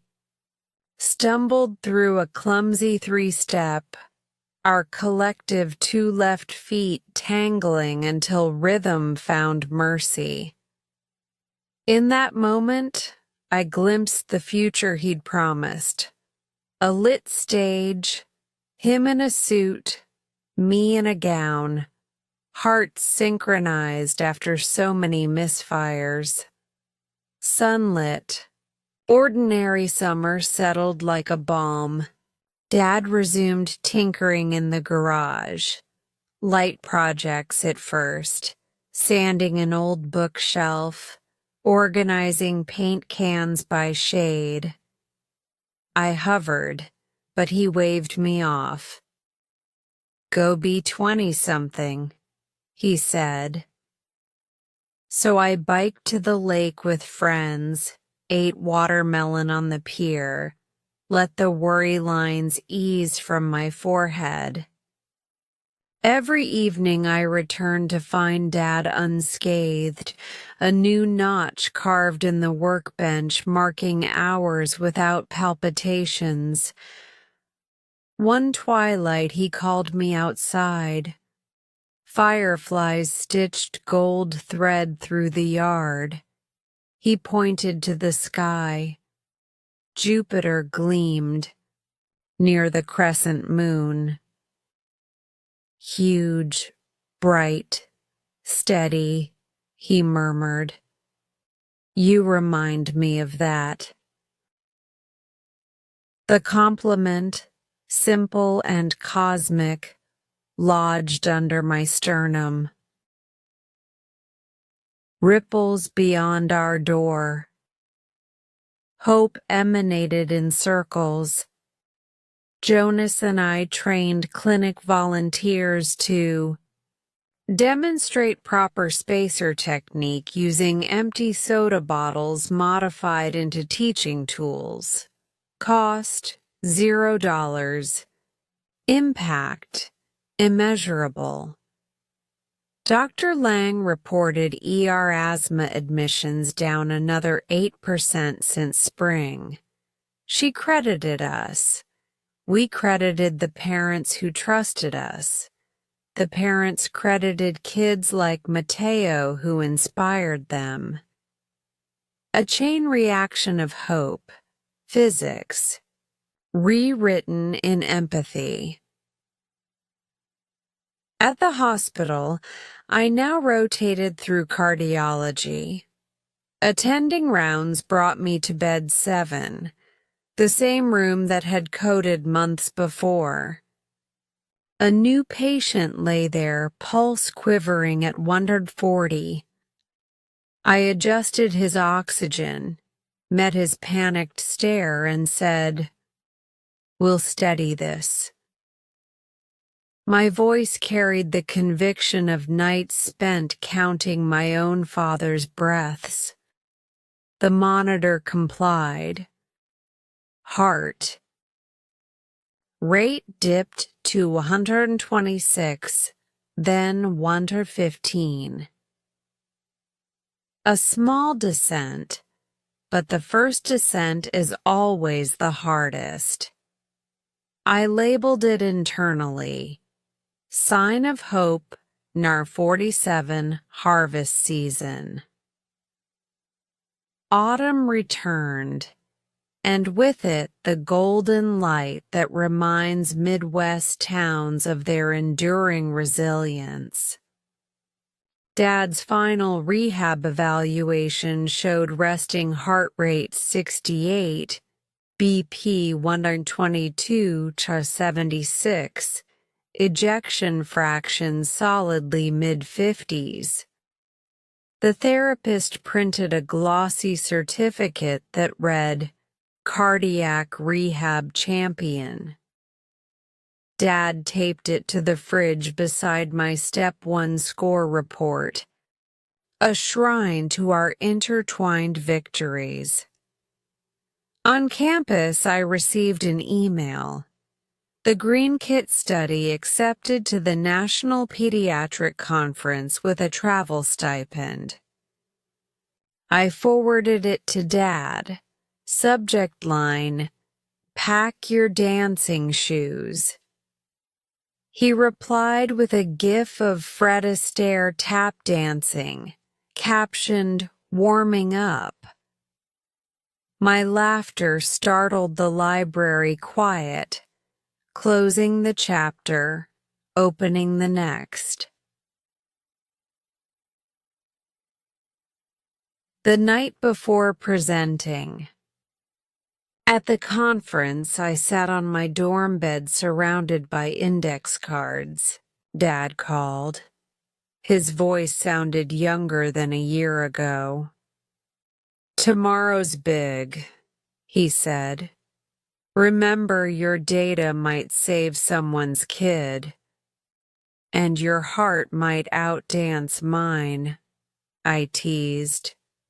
We shared a silence thick with gratitude. Finally, he whispered, "Proud of you, Olivia." "Proud of us," I corrected. After hanging up, I opened my journal, a final blank page waiting. I wrote, "Hope is not a finish line. It's a constellation. Small lights accumulating until the sky no longer feels dark. Today's stars, cinnamon pecan waffles, a treadmill's uphill graph, a postcard from a breathing child, salsa steps between heartbeats, Jupiter over a mended roof. May tomorrow add its own bright dots." I closed the journal, slipped it into my suitcase beside the conference poster, and turned off the light. In the hush that followed, I heard the faint echo of Dad's once erratic heartbeat, now steady, deliberate, resilient. It sounded like a metronome set to a hopeful future, ticking us forward into whatever song would play next. Chapter 8. Taking Steps Forward. I had always imagined that the next chapter after step 1 would blossom like the turn of a page.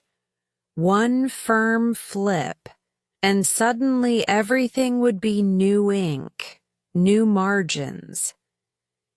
In reality, progress leaked into life, like sunrise through thick curtains, a spreading glow that brightened familiar furniture before it finally revealed a whole new day. Return to Riverside. 3 weeks after the pediatric conference, I was back at Riverside Children's Hospital, this time as a third-year clerkship student badged Olivia Reed, junior doctor instead of student clinician. The words felt heavier, the responsibilities clearer. My very first morning on rounds, Dr. Harper Lang looked over her glasses and said, "You know the ward, Olivia. Lead us." I swallowed hard, glanced at the expectant interns, and began. Bed. 11, 10-year-old with cystic fibrosis, currently day 3 on piperacillin tazobactam, weight up 200 grams, oxygen stable at 94. My voice didn't crack, my hands didn't shake. When I paused, Dr. Lang simply nodded. No fireworks, no applause, just trust granted like a quiet medal. Later that day, I found myself alone in the treatment room priming an IV line. A reflection glimmered on the window. White coat, steady shoulders, a face older than the one that had once trembled behind Mateo's oxygen mask. I smiled at that stranger self and thought, we made it across another bridge. Father's new routine. Back at home, Dad's progress chart looked less like a staircase and more like a marathon route. Long, curving, dotted with small detours but always trending onward. He'd joined a volunteer crew that repaired leaky roofs for elderly neighbors, a job that still made Mom twitch. She insisted on a heart rate monitor watch. He called it his FBI ankle bracelet for wrists and sent me daily graphs. Resting. BPM 66, recovery slope sharp and clean. One Saturday I tagged along. I watched him climb the ladder, slow and methodical, power drill clipped to a belt that once held a holster of antiarrhythmic pills. Halfway up he paused, hand over hand on the rung, and shouted down, "Look, no palpitations." The crew laughed. The shingles gleamed. The sun bounced off his neon orange safety helmet like a halo. When we finished, Mrs. Alvarez, the 85-year-old homeowner, pressed 2 apple pies into our hands. "For the miracle workers," she said. Dad winked at me.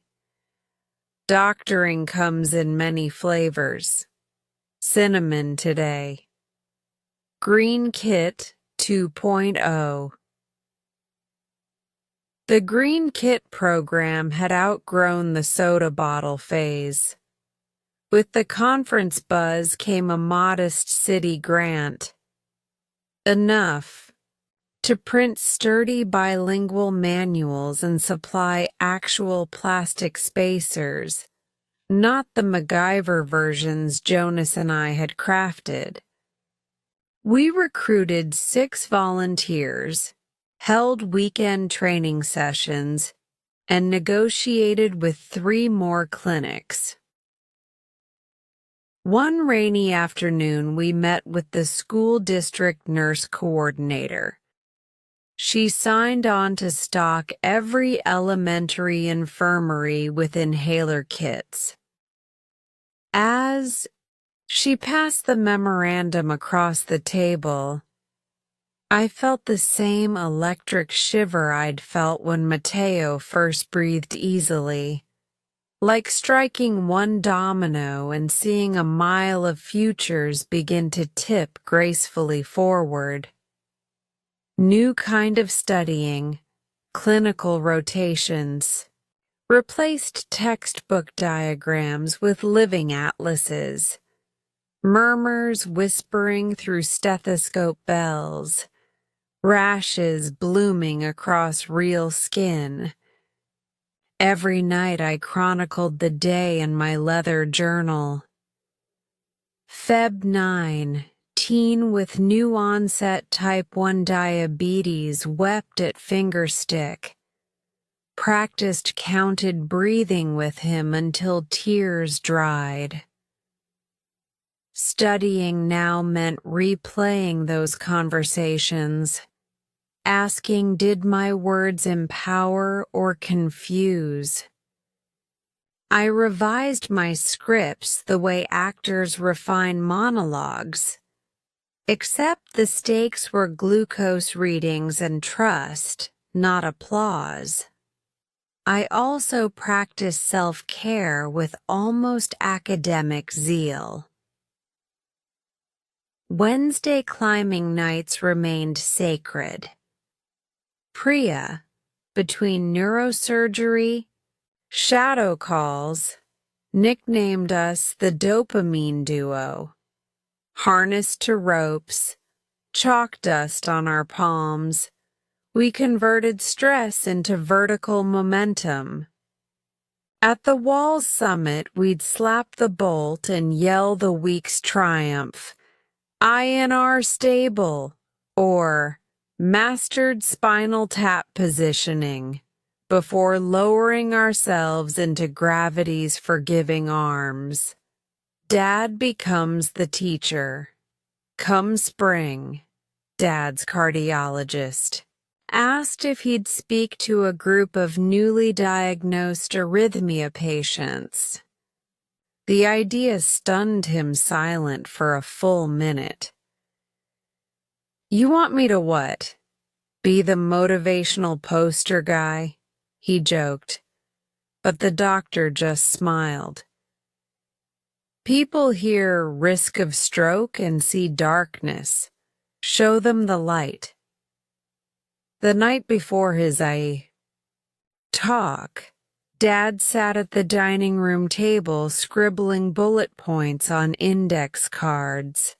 Ablation nerves, rehab victories, the hill. I added my own note, salsa steps and ugly sweaters.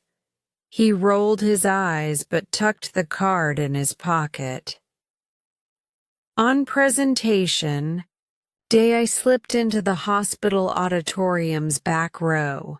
Dad stood at the podium, cheeks flushed, heartbeat on the projector, an animated tracing he called "My Reformed Rebel Heart."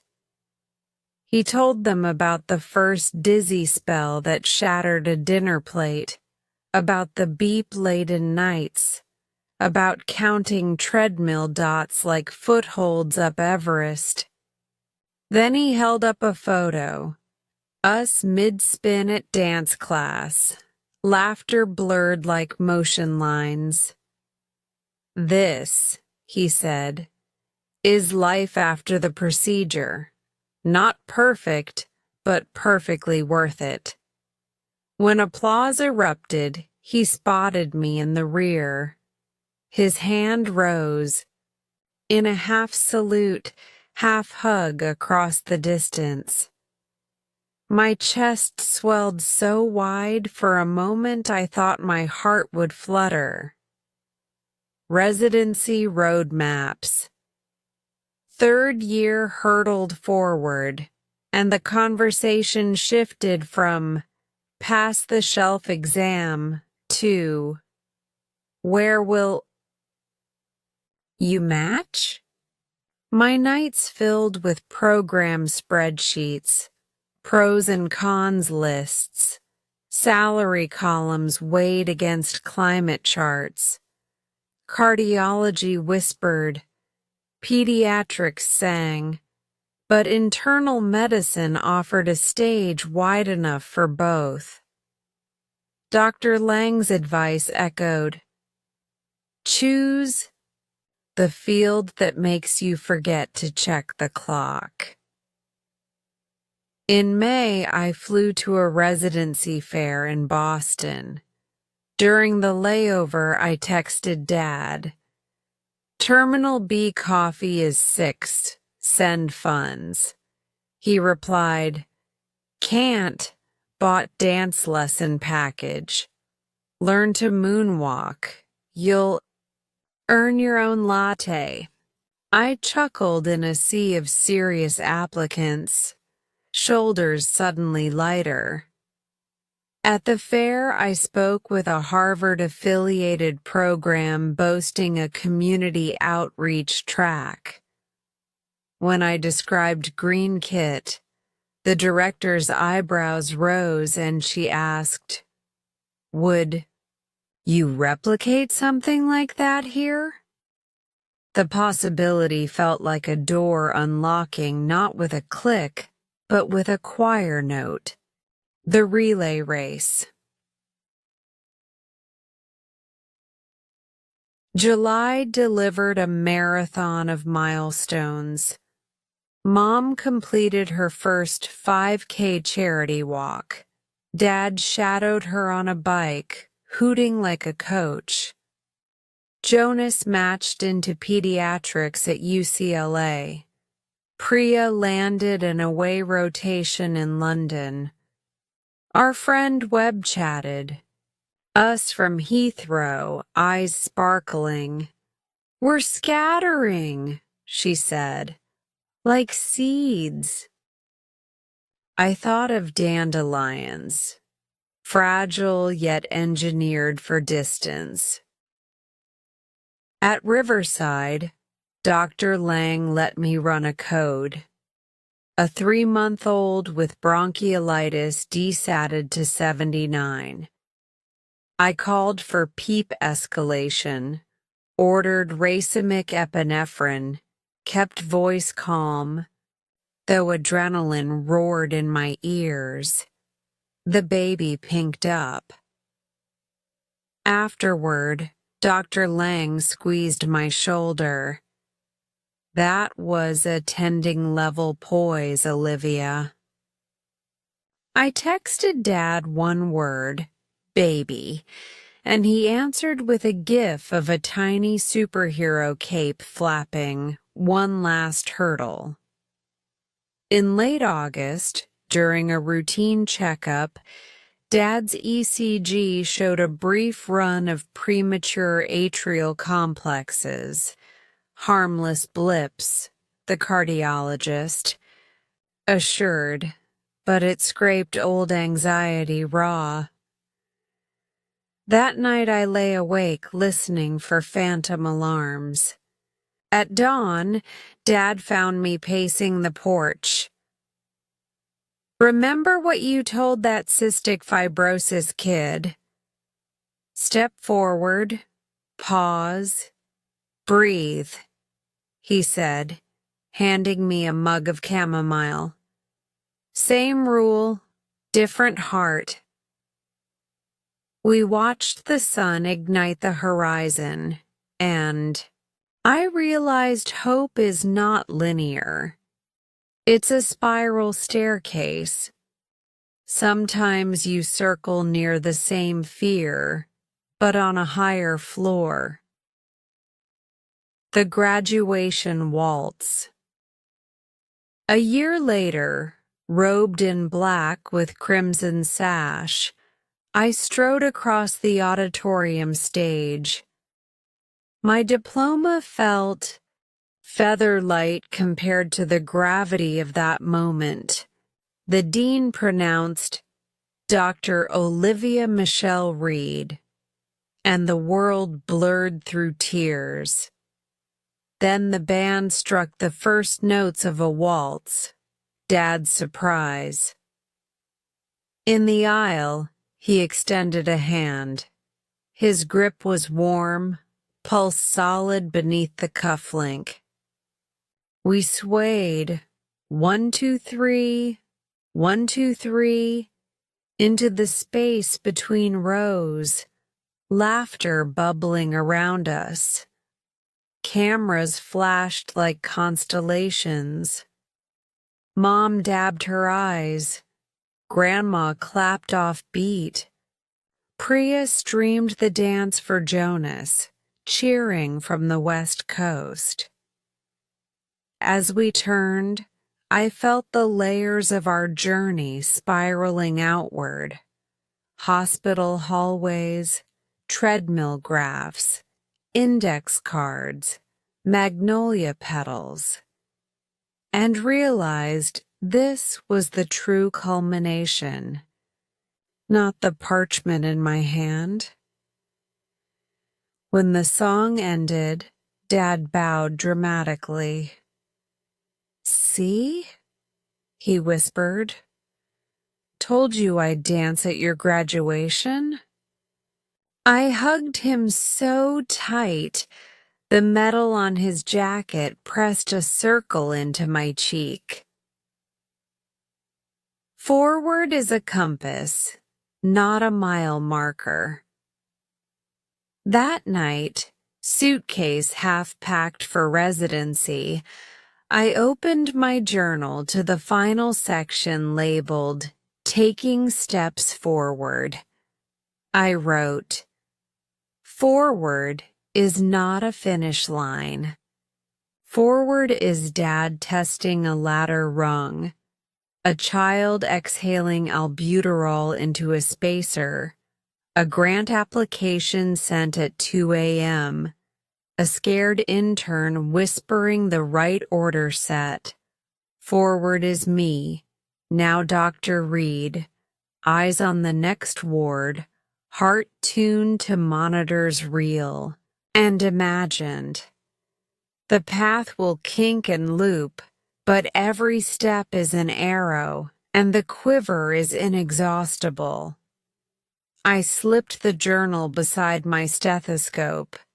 Tomorrow I would board a flight east, white coat remonogrammed, but pockets still lined with airplane drawings and ECG printouts, the relics of why I began. Dad would start a mentorship program for post-ablation patients. Mom would frame my diploma across from his rehab certificate. Grandma would crochet a blanket in Harvard crimson. As I turned off the lamp, I pictured the future not as a road, but as a tide, forever rising, retreating, reshaping the shore. I inhaled, steady and deep, felt my own heart respond with 3 calm beats, and stepped toward the dark with the compass of every hope we'd ever kindled pointing unerringly ahead. Chapter 9. Return to Normal. The morning I moved into my new apartment on Beacon Hill, the city greeted me with seagull cries and the briny scent of the Charles. A row of crooked brick buildings, older than electricity, older than antisepsis, watched me wrestle 2 suitcases up narrow stairs. The elevator was antique, a wrought iron cage that refused to budge unless coaxed, so I took the steps, each creak echoing the truth. The next era had begun. The rhythm of residency, orientation week at Cambridge Harbor Medical Center started. At 5:30 a.m. with coffee strong enough to melt enamel and ended just shy of midnight. When the residence lounge looked like a collective crash site, white coats draped over chairs, pagers still chirping, neon orange electrolyte drinks staining the counter like crime scene tape. I stapled a printed schedule above my desk. 12-day blocks, alternating between inpatient wards, cardiology nights, and an outpatient continuity clinic in East Boston. Beside it, I pinned Mateo's paper airplane and Dad's cardiac rehab certificate, a reminder that long hours had a lineage and a purpose. My first official patient was a retired postman named Roger who wheezed like a punctured accordion. While admitting him for decompensated heart failure, I heard Dad's voice in my head. Speak eye to eye, not chart to chart. So I sat on the edge of Roger's bed and asked about the neighborhoods he'd walked for 30 years. His face softened, vitals stabilized, and when I left the room, my senior resident whispered, "Nice touch, Reed. Build trust first. Diuretic second." Trust soon became currency thicker than any IV drip. Families handed me their fears in midnight hallways. Why isn't the fever dropping? Will the biopsy hurt? And I spent them with measured honesty. Explanations drawn on napkins, phone calls answered long after the shift ended. I learned that normal for a resident was neither 8-hour sleep nor predictable weekends. Normal was knowing the cafeteria's closing time, the quiet stairwell for a 5-minute cry, and the miracle of a 60-second elevator ride where no pager went off, distance measured in seconds, not miles. Home was now 1,126 miles from Dad's waffle iron and Mom's herbal tea jars. Yet every Sunday at 10:05 a.m., 2 cups of coffee into my post-call haze, my phone buzzed with a video ring.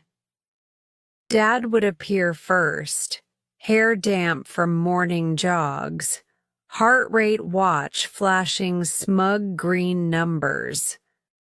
Mom popped in next, brandishing whatever loaf she'd baked from the cardiac-friendly recipe file, lemon poppy seed, zucchini oat. The screen filled our kitchenette like holographic comfort, and for 15 minutes the chasm between Boston and our Midwestern town folded into a pocket of laughter. On a blustery October morning, Dad announced he'd signed up for a 10-kilometer charity walk. I nearly choked on my granola. 6 miles? I blurted. He flexed theatrical biceps. I've leveled up. That evening, between admissions, I designed a training spreadsheet.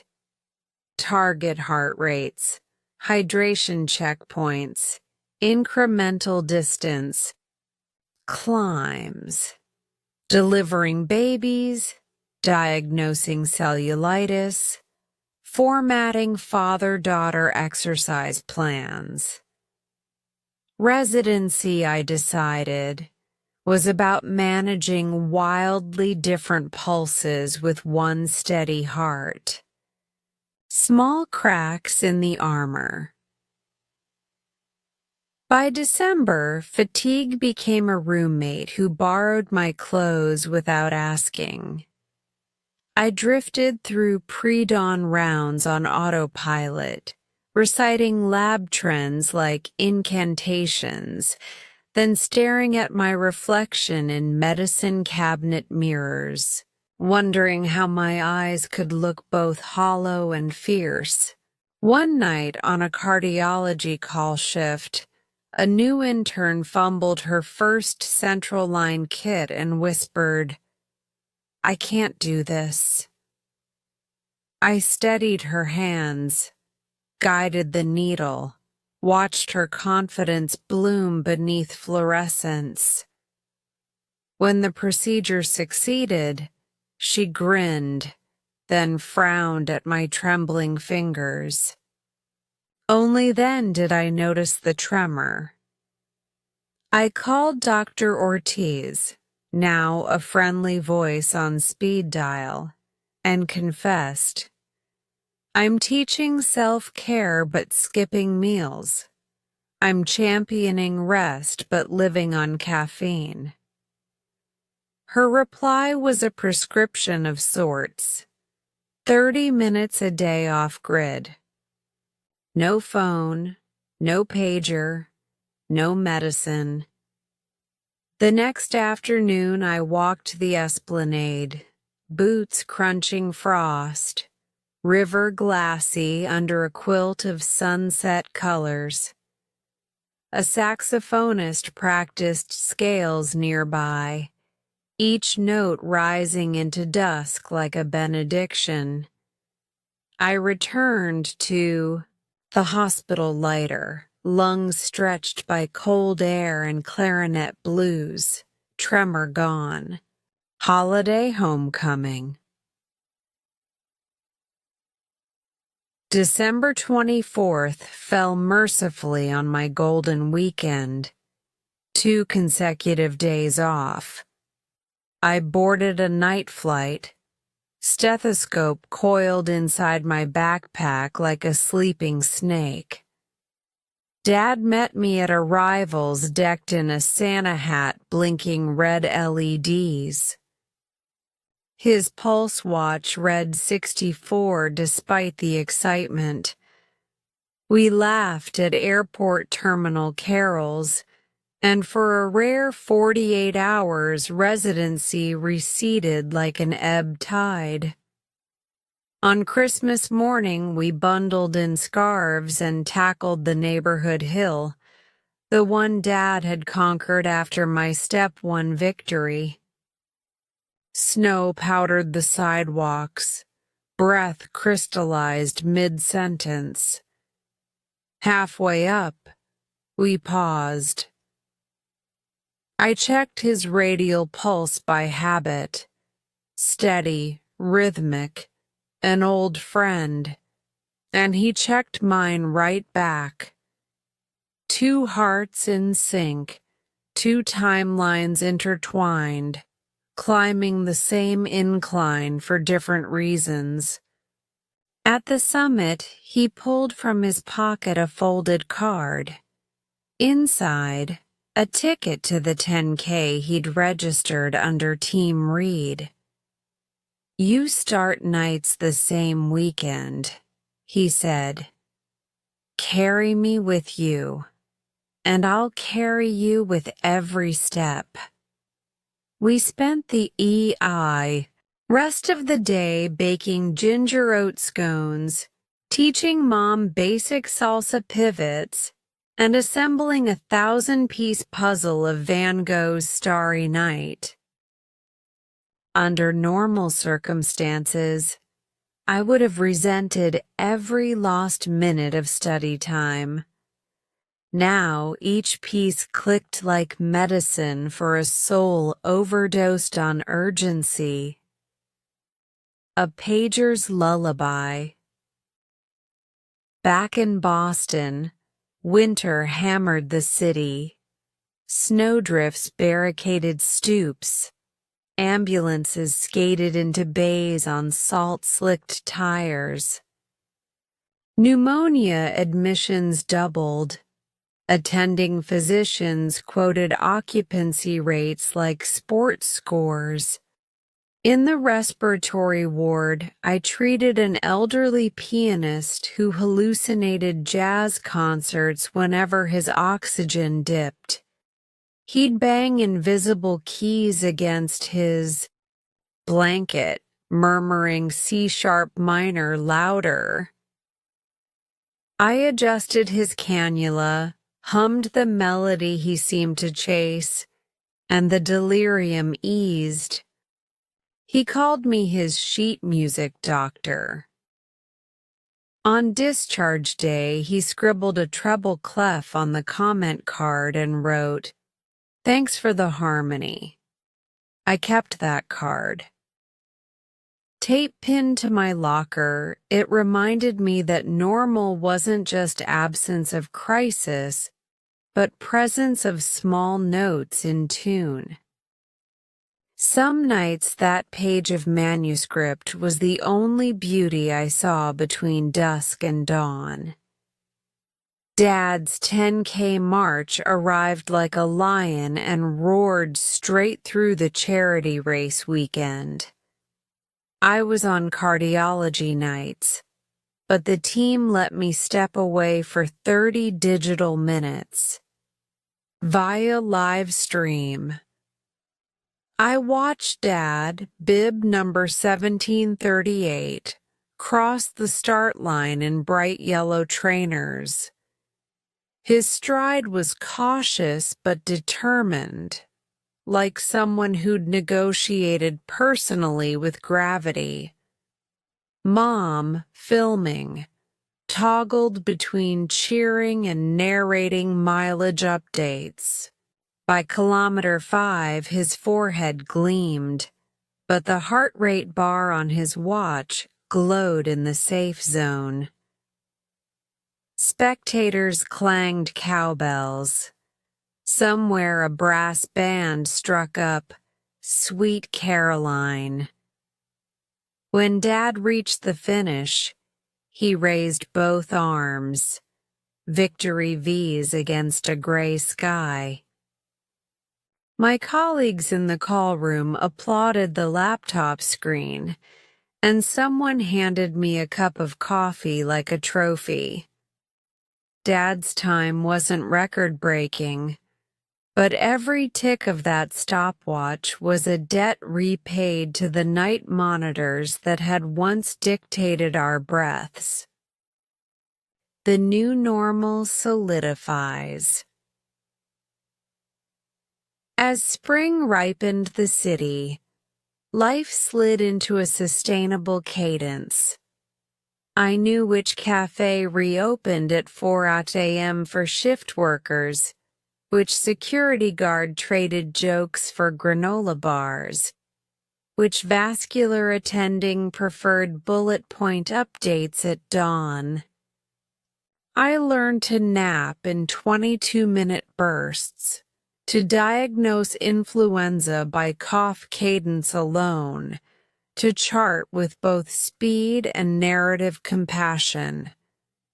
The ICU alarms no longer spiked adrenaline, just summoned a drilled calm, the way a conductor hears a discordant note and gestures for the right chord. Outside the hospital, my world expanded inch by inch. I joined a Saturday morning book club for medical house staff.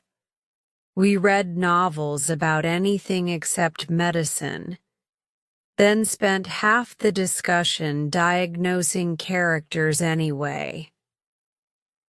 I found a tiny salsa studio in Somerville, where older couples welcomed my two left feet with unconditional laughter.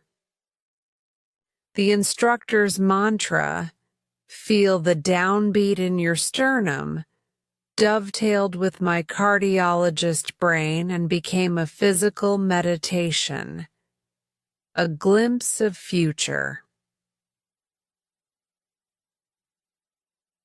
One June afternoon, I staffed clinic in East Boston when a familiar surname popped up, Garcia. A boy, now 8, entered, inhaler clipped to his backpack strap. Mateo.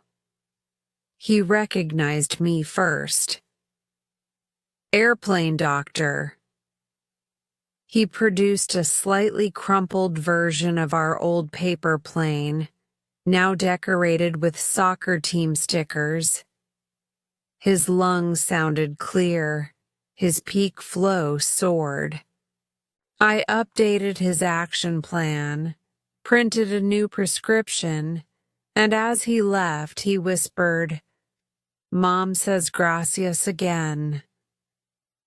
I jotted the encounter in my logbook, label, closure, no, continuation. That evening, while walking home, I realized normal had finally reset. It was no longer the innocent routine of pre-arrhythmia days, nor the battle-ready hypervigilance of ICU nights. It was an operating system patched and upgraded, bugs acknowledged, resilience installed, capacity expanded. Dad's Heartversary. On a humid July evening, the 1-year anniversary of Dad's ablation, we Zoom celebrated with sparkling apple cider. Dad toasted the cardiology team. Mom toasted the culinary miracle of low-sodium enchiladas. Grandma toasted the stubborn Reed genes that refused to give up. I lifted my mug and toasted normal, the quiet triumph of brushing teeth without fearing a code blue, of walking upstairs without clutching the railing, of believing tomorrow will likely resemble today in the best possible way. As laughter ricocheted through speakers, I felt an almost scientific certainty. Normal is not the flat line of monotony, but a sinus rhythm of highs, lows, pauses, accelerations, all orchestrated into a melody recognizable as life. Journal entry, closing the loop. That night, city lights flickered against brick facades like slow heartbeats. I opened the battered leather journal, the one that had absorbed every triumph since the day of Mateo's asthma attack, and wrote, "Return. To normal is not backward motion. It is a homecoming to a place reconstructed, wired with new safety rails, painted in fresh hues. Normal is morning rounds preceded by a sunrise run, is a father jogging 6 miles while his daughter monitors 6 telemetry panels, is paper airplanes that survive backpacks and years. Normal is enough invisible miracles strung together that we forget our pockets are heavy with them until we stop, reach in, and count." I set the pen down, closed the journal, and listened to Boston breathe beyond my window. Sirens, laughter, a distant saxophone riffing the night awake. Somewhere, Dad's watch beeped at a restful 60 beats per minute. My pager rested silent on the nightstand. I lay back, inhaled, exhaled, and felt both rhythms join. A duet so ordinary, so exquisite, it could only mean we had finally truly returned to normal. Chapter 10. Renewed Purpose. 4:12 a.m. on the threshold. The digital clock over bed 14 in the ICU blinked arrow 4.12 when Delilah Hayes arrived. A lanky 17-year-old whose marathon jersey still clung to sweat and road dust. Her race bib, half-torn red run for every beat in neon blue. Paramedics wheeled her in. The monitor ignited with ventricular flutter, an arrhythmia as lethal as it was erratic. I remember the hush that fell between defibrillator charges, a single breath in which every life I'd ever touched seemed to gather around that bedside. Dad, gripping a dinner plate in dizzy terror, Mateo gulping asthma-thick air, my own heartbeat ricocheting in a childhood stethoscope. "Clear!" The paddles fired. A white-hot arc leaped through Delilah's chest. Rhythm snapped to order. Sinus 82. In that instant, clarity dropped into place like a key turning inside a lock. This was the hinge on which my future would swivel. Discovery in the quiet aftermath. 5:37. Delilah, now stable, slept under a tangle of ECG leads. I ducked into the call room, heart still roughed up by adrenaline. On the hospital intranet, a banner headline caught my eye. Electrophysiology physician scientist track now accepting applicants. The curriculum promised exactly what I craved. 2 years of clinical cardiology, 3 of substrate mapping, gene editing, and translational trials. I copied the link into an email to my program director, fingers trembling. Subject: EP track, personal and professional alignment. Dr. Chen, I believe my trajectory converges with our department's newest offering. Send. Purpose sometimes requires a leap before the landing reveals itself. A kitchen table council of elders. The next golden weekend, I flew home.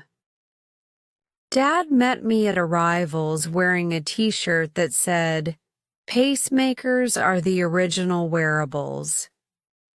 He squeezed me once. Steady pulse, vanilla and sawdust aftershave, before we drove the midnight highway. At 02:15, we sat around the kitchen table with mugs of peppermint tea. I unfolded my printed track outline, gene panels, CRISPR zebrafish, first-in-human ablation catheters. Mom traced a finger over the projected 5-year timeline, lips pursed in mathematical concentration. Grandma Eleanor knit in soft clacks, eyes bright. Dad listened. When I finished, he pushed his tea aside and said simply, "You've found the schematic of your own heartbeat. Follow it." Approval granted, doubt dissolved. The paperwork gauntlet. September blurred into symposium abstracts, grant proposal drafts, and 3 versions of a personal statement that tried and failed to shrink 8 years of story into 1 to 200 words. Draft. 1 sounded like a textbook. Draft 2 read like a diary entry. Draft 3 finally struck balance. I became a physician the night my father's heart misfired. I became a scientist the morning I watched it beat true again. Priya proofread via London time zones, inserting commas and pep talks in equal measure. Jonas video called at 02 Kairos Pacific to quiz me on F-waves and flutter circuits. Dad circled jargon in red pen. Translate this for carpenters like me. When the packet finally uploaded, 11 MB of PDFs and hope, I slept 14 dreamless hours, woke, and braced for silence. While waiting, the work continues. Clinic.Eastside Pediatrics overflowed with autumn bronchiolitis. I taught 5. Families spacer technique using a 3D printed model of their child's airway. Each parent left clutching a Green Kit 2.0 bag. One mother returned the next week, eyes shining. No ER visits. We counted breaths and found courage. Purpose, speaking through results. 2. Lab. In Dr. Ramani's electrophysiology suite, I coaxed zebrafish embryos under a fluorescence microscope. When our CRISPR edit muted the MYBPC3 mutation, tiny heartbeats normalized, transparent ventricles pulsing like metronomes of glass. I recorded the video, sent it to Dad with the caption, Step 1, fish. Step 2, humans. He replied with a gif of Nemo fist-bumping Dory. Acceptance. Late December. Snow hammered the call room window. My pager chirped with an admit for diabetic ketoacidosis. Before answering, I checked email. Subject: EP track. Congratulations. I ran the corridor like a fan on Cup final night, skidded into the nurse's station shouting, "I got in." A chorus of whoops and stethoscope drum rolls followed. Then we all returned to work, because victory in medicine is a halftime show.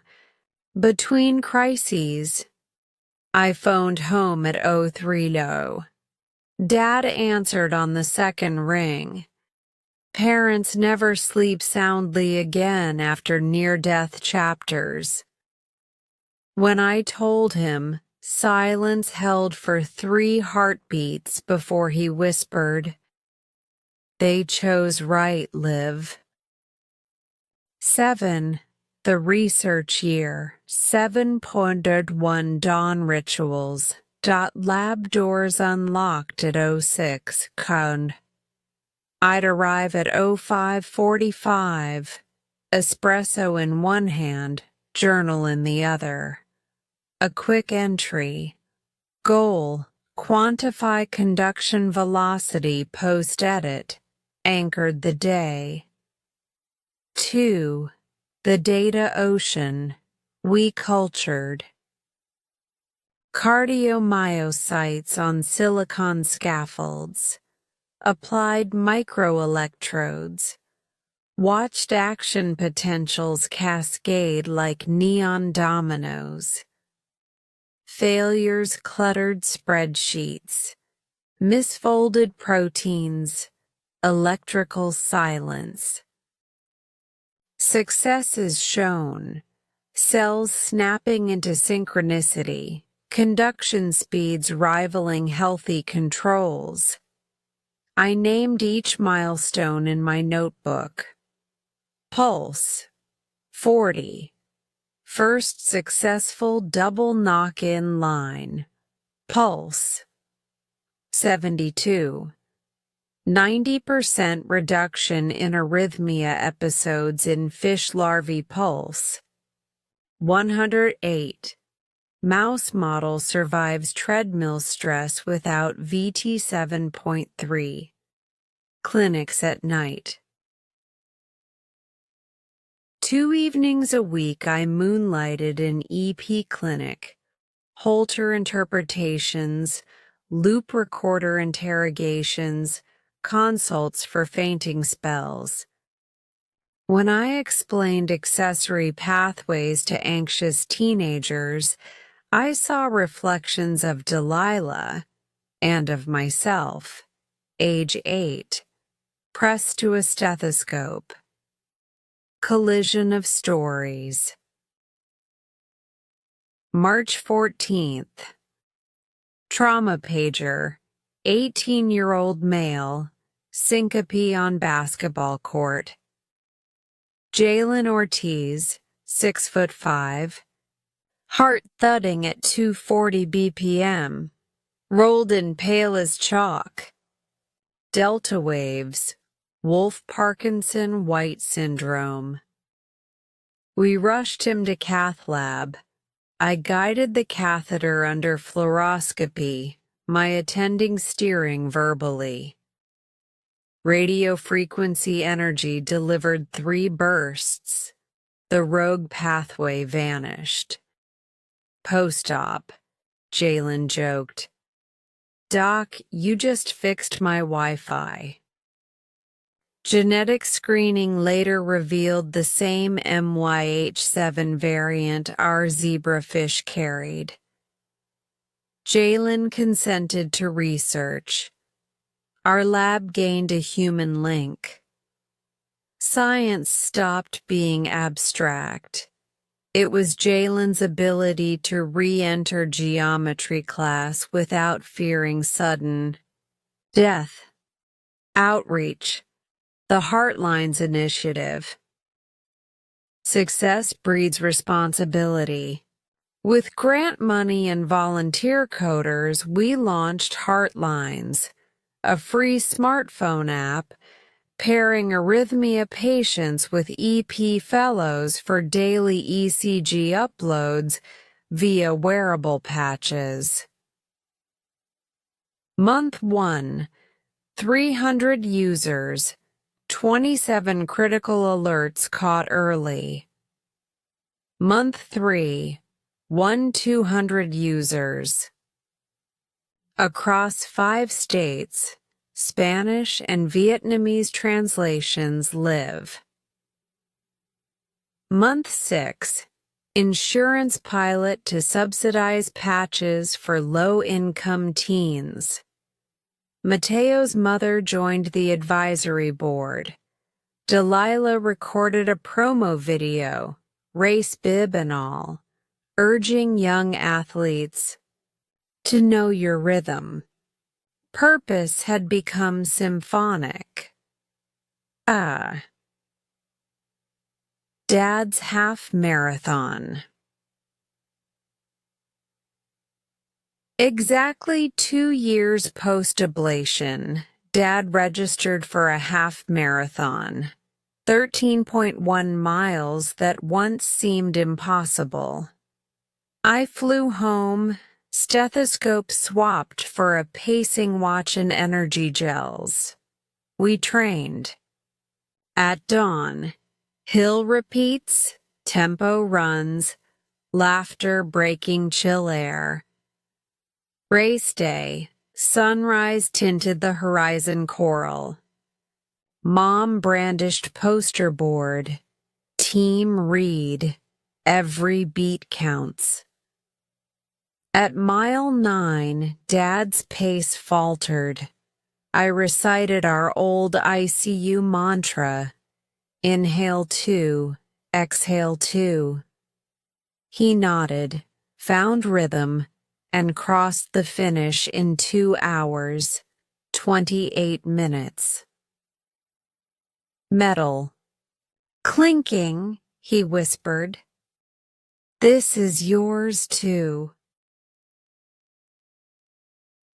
Keynote under the chandeliers, American Heart Association Conference, Chicago.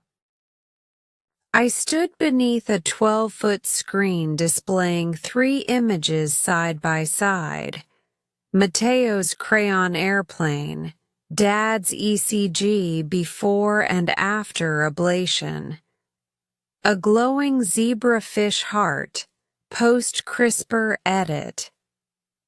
I submit, I began, that every data point hides a story, and every story begs for data to set it free.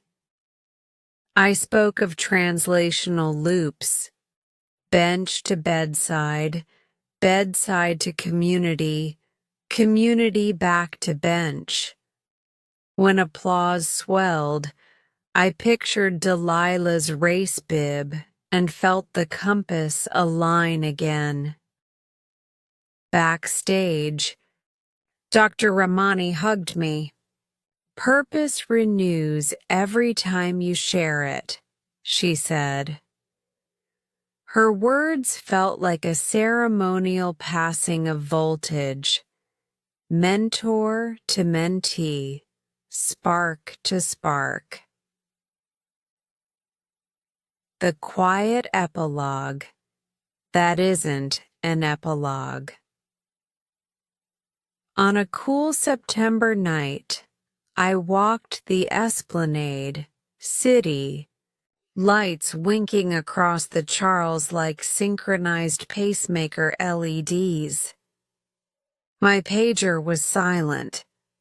My mind, loud with plans, Phase 2 trials, Heartline's expansion to rural clinics, teaching modules for residents who'd never seen WPW outside textbooks. I called Dad. "What you doing?" he asked. "Drafting tomorrow," I said. And the day after that feels endless. "Endless is good," he chuckled. "Means the beat goes on." Home, I opened my leather journal, the same one that had followed me from attic experiments to ICU nights. Only 2 blank pages remained. I wrote, "Return. We journeyed from chaos to cadence.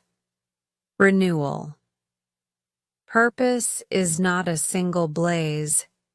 It is tinder, catching new flame whenever it nears another story in need of light. Promise. I will chase rogue rhythms until none hide in shadow. I will teach until every hand steadies an airway. I will remember that data breathe only when matched to the pulse of a person." I taped Delilah's second race bib. She'd completed a 5K charity run 2 weeks prior, inside the back cover. Then I closed the journal and pressed it over my heart, feeling both beats merge. Mine steady at 62, hers alive in bold print. Run for every beat. Outside, somewhere in the weave of sirens and wind, another arrhythmia sparked its first warning. Flutter, oblivious to the army of clinicians, researchers, and healed hearts now aligned against it. I snapped off the desk lamp, pulled on my white coat for the dawn shift, and stepped into the corridor, pockets full of pens, consent forms, and an unquenchable, ever-renewing purpose to keep the world in rhythm. One beat, one story, one life at a time. Great work today. Every moment you spend practicing brings you closer to mastering your English listening and speaking skills. Remember, progress comes with patience and consistency. If this story inspired you or helped you in your learning journey, don't forget to like, share, and subscribe to Easy English Spark channel for more lessons and stories. Keep listening, keep speaking, and keep believing in your growth. I'll see you in the next video. Take care and keep shining.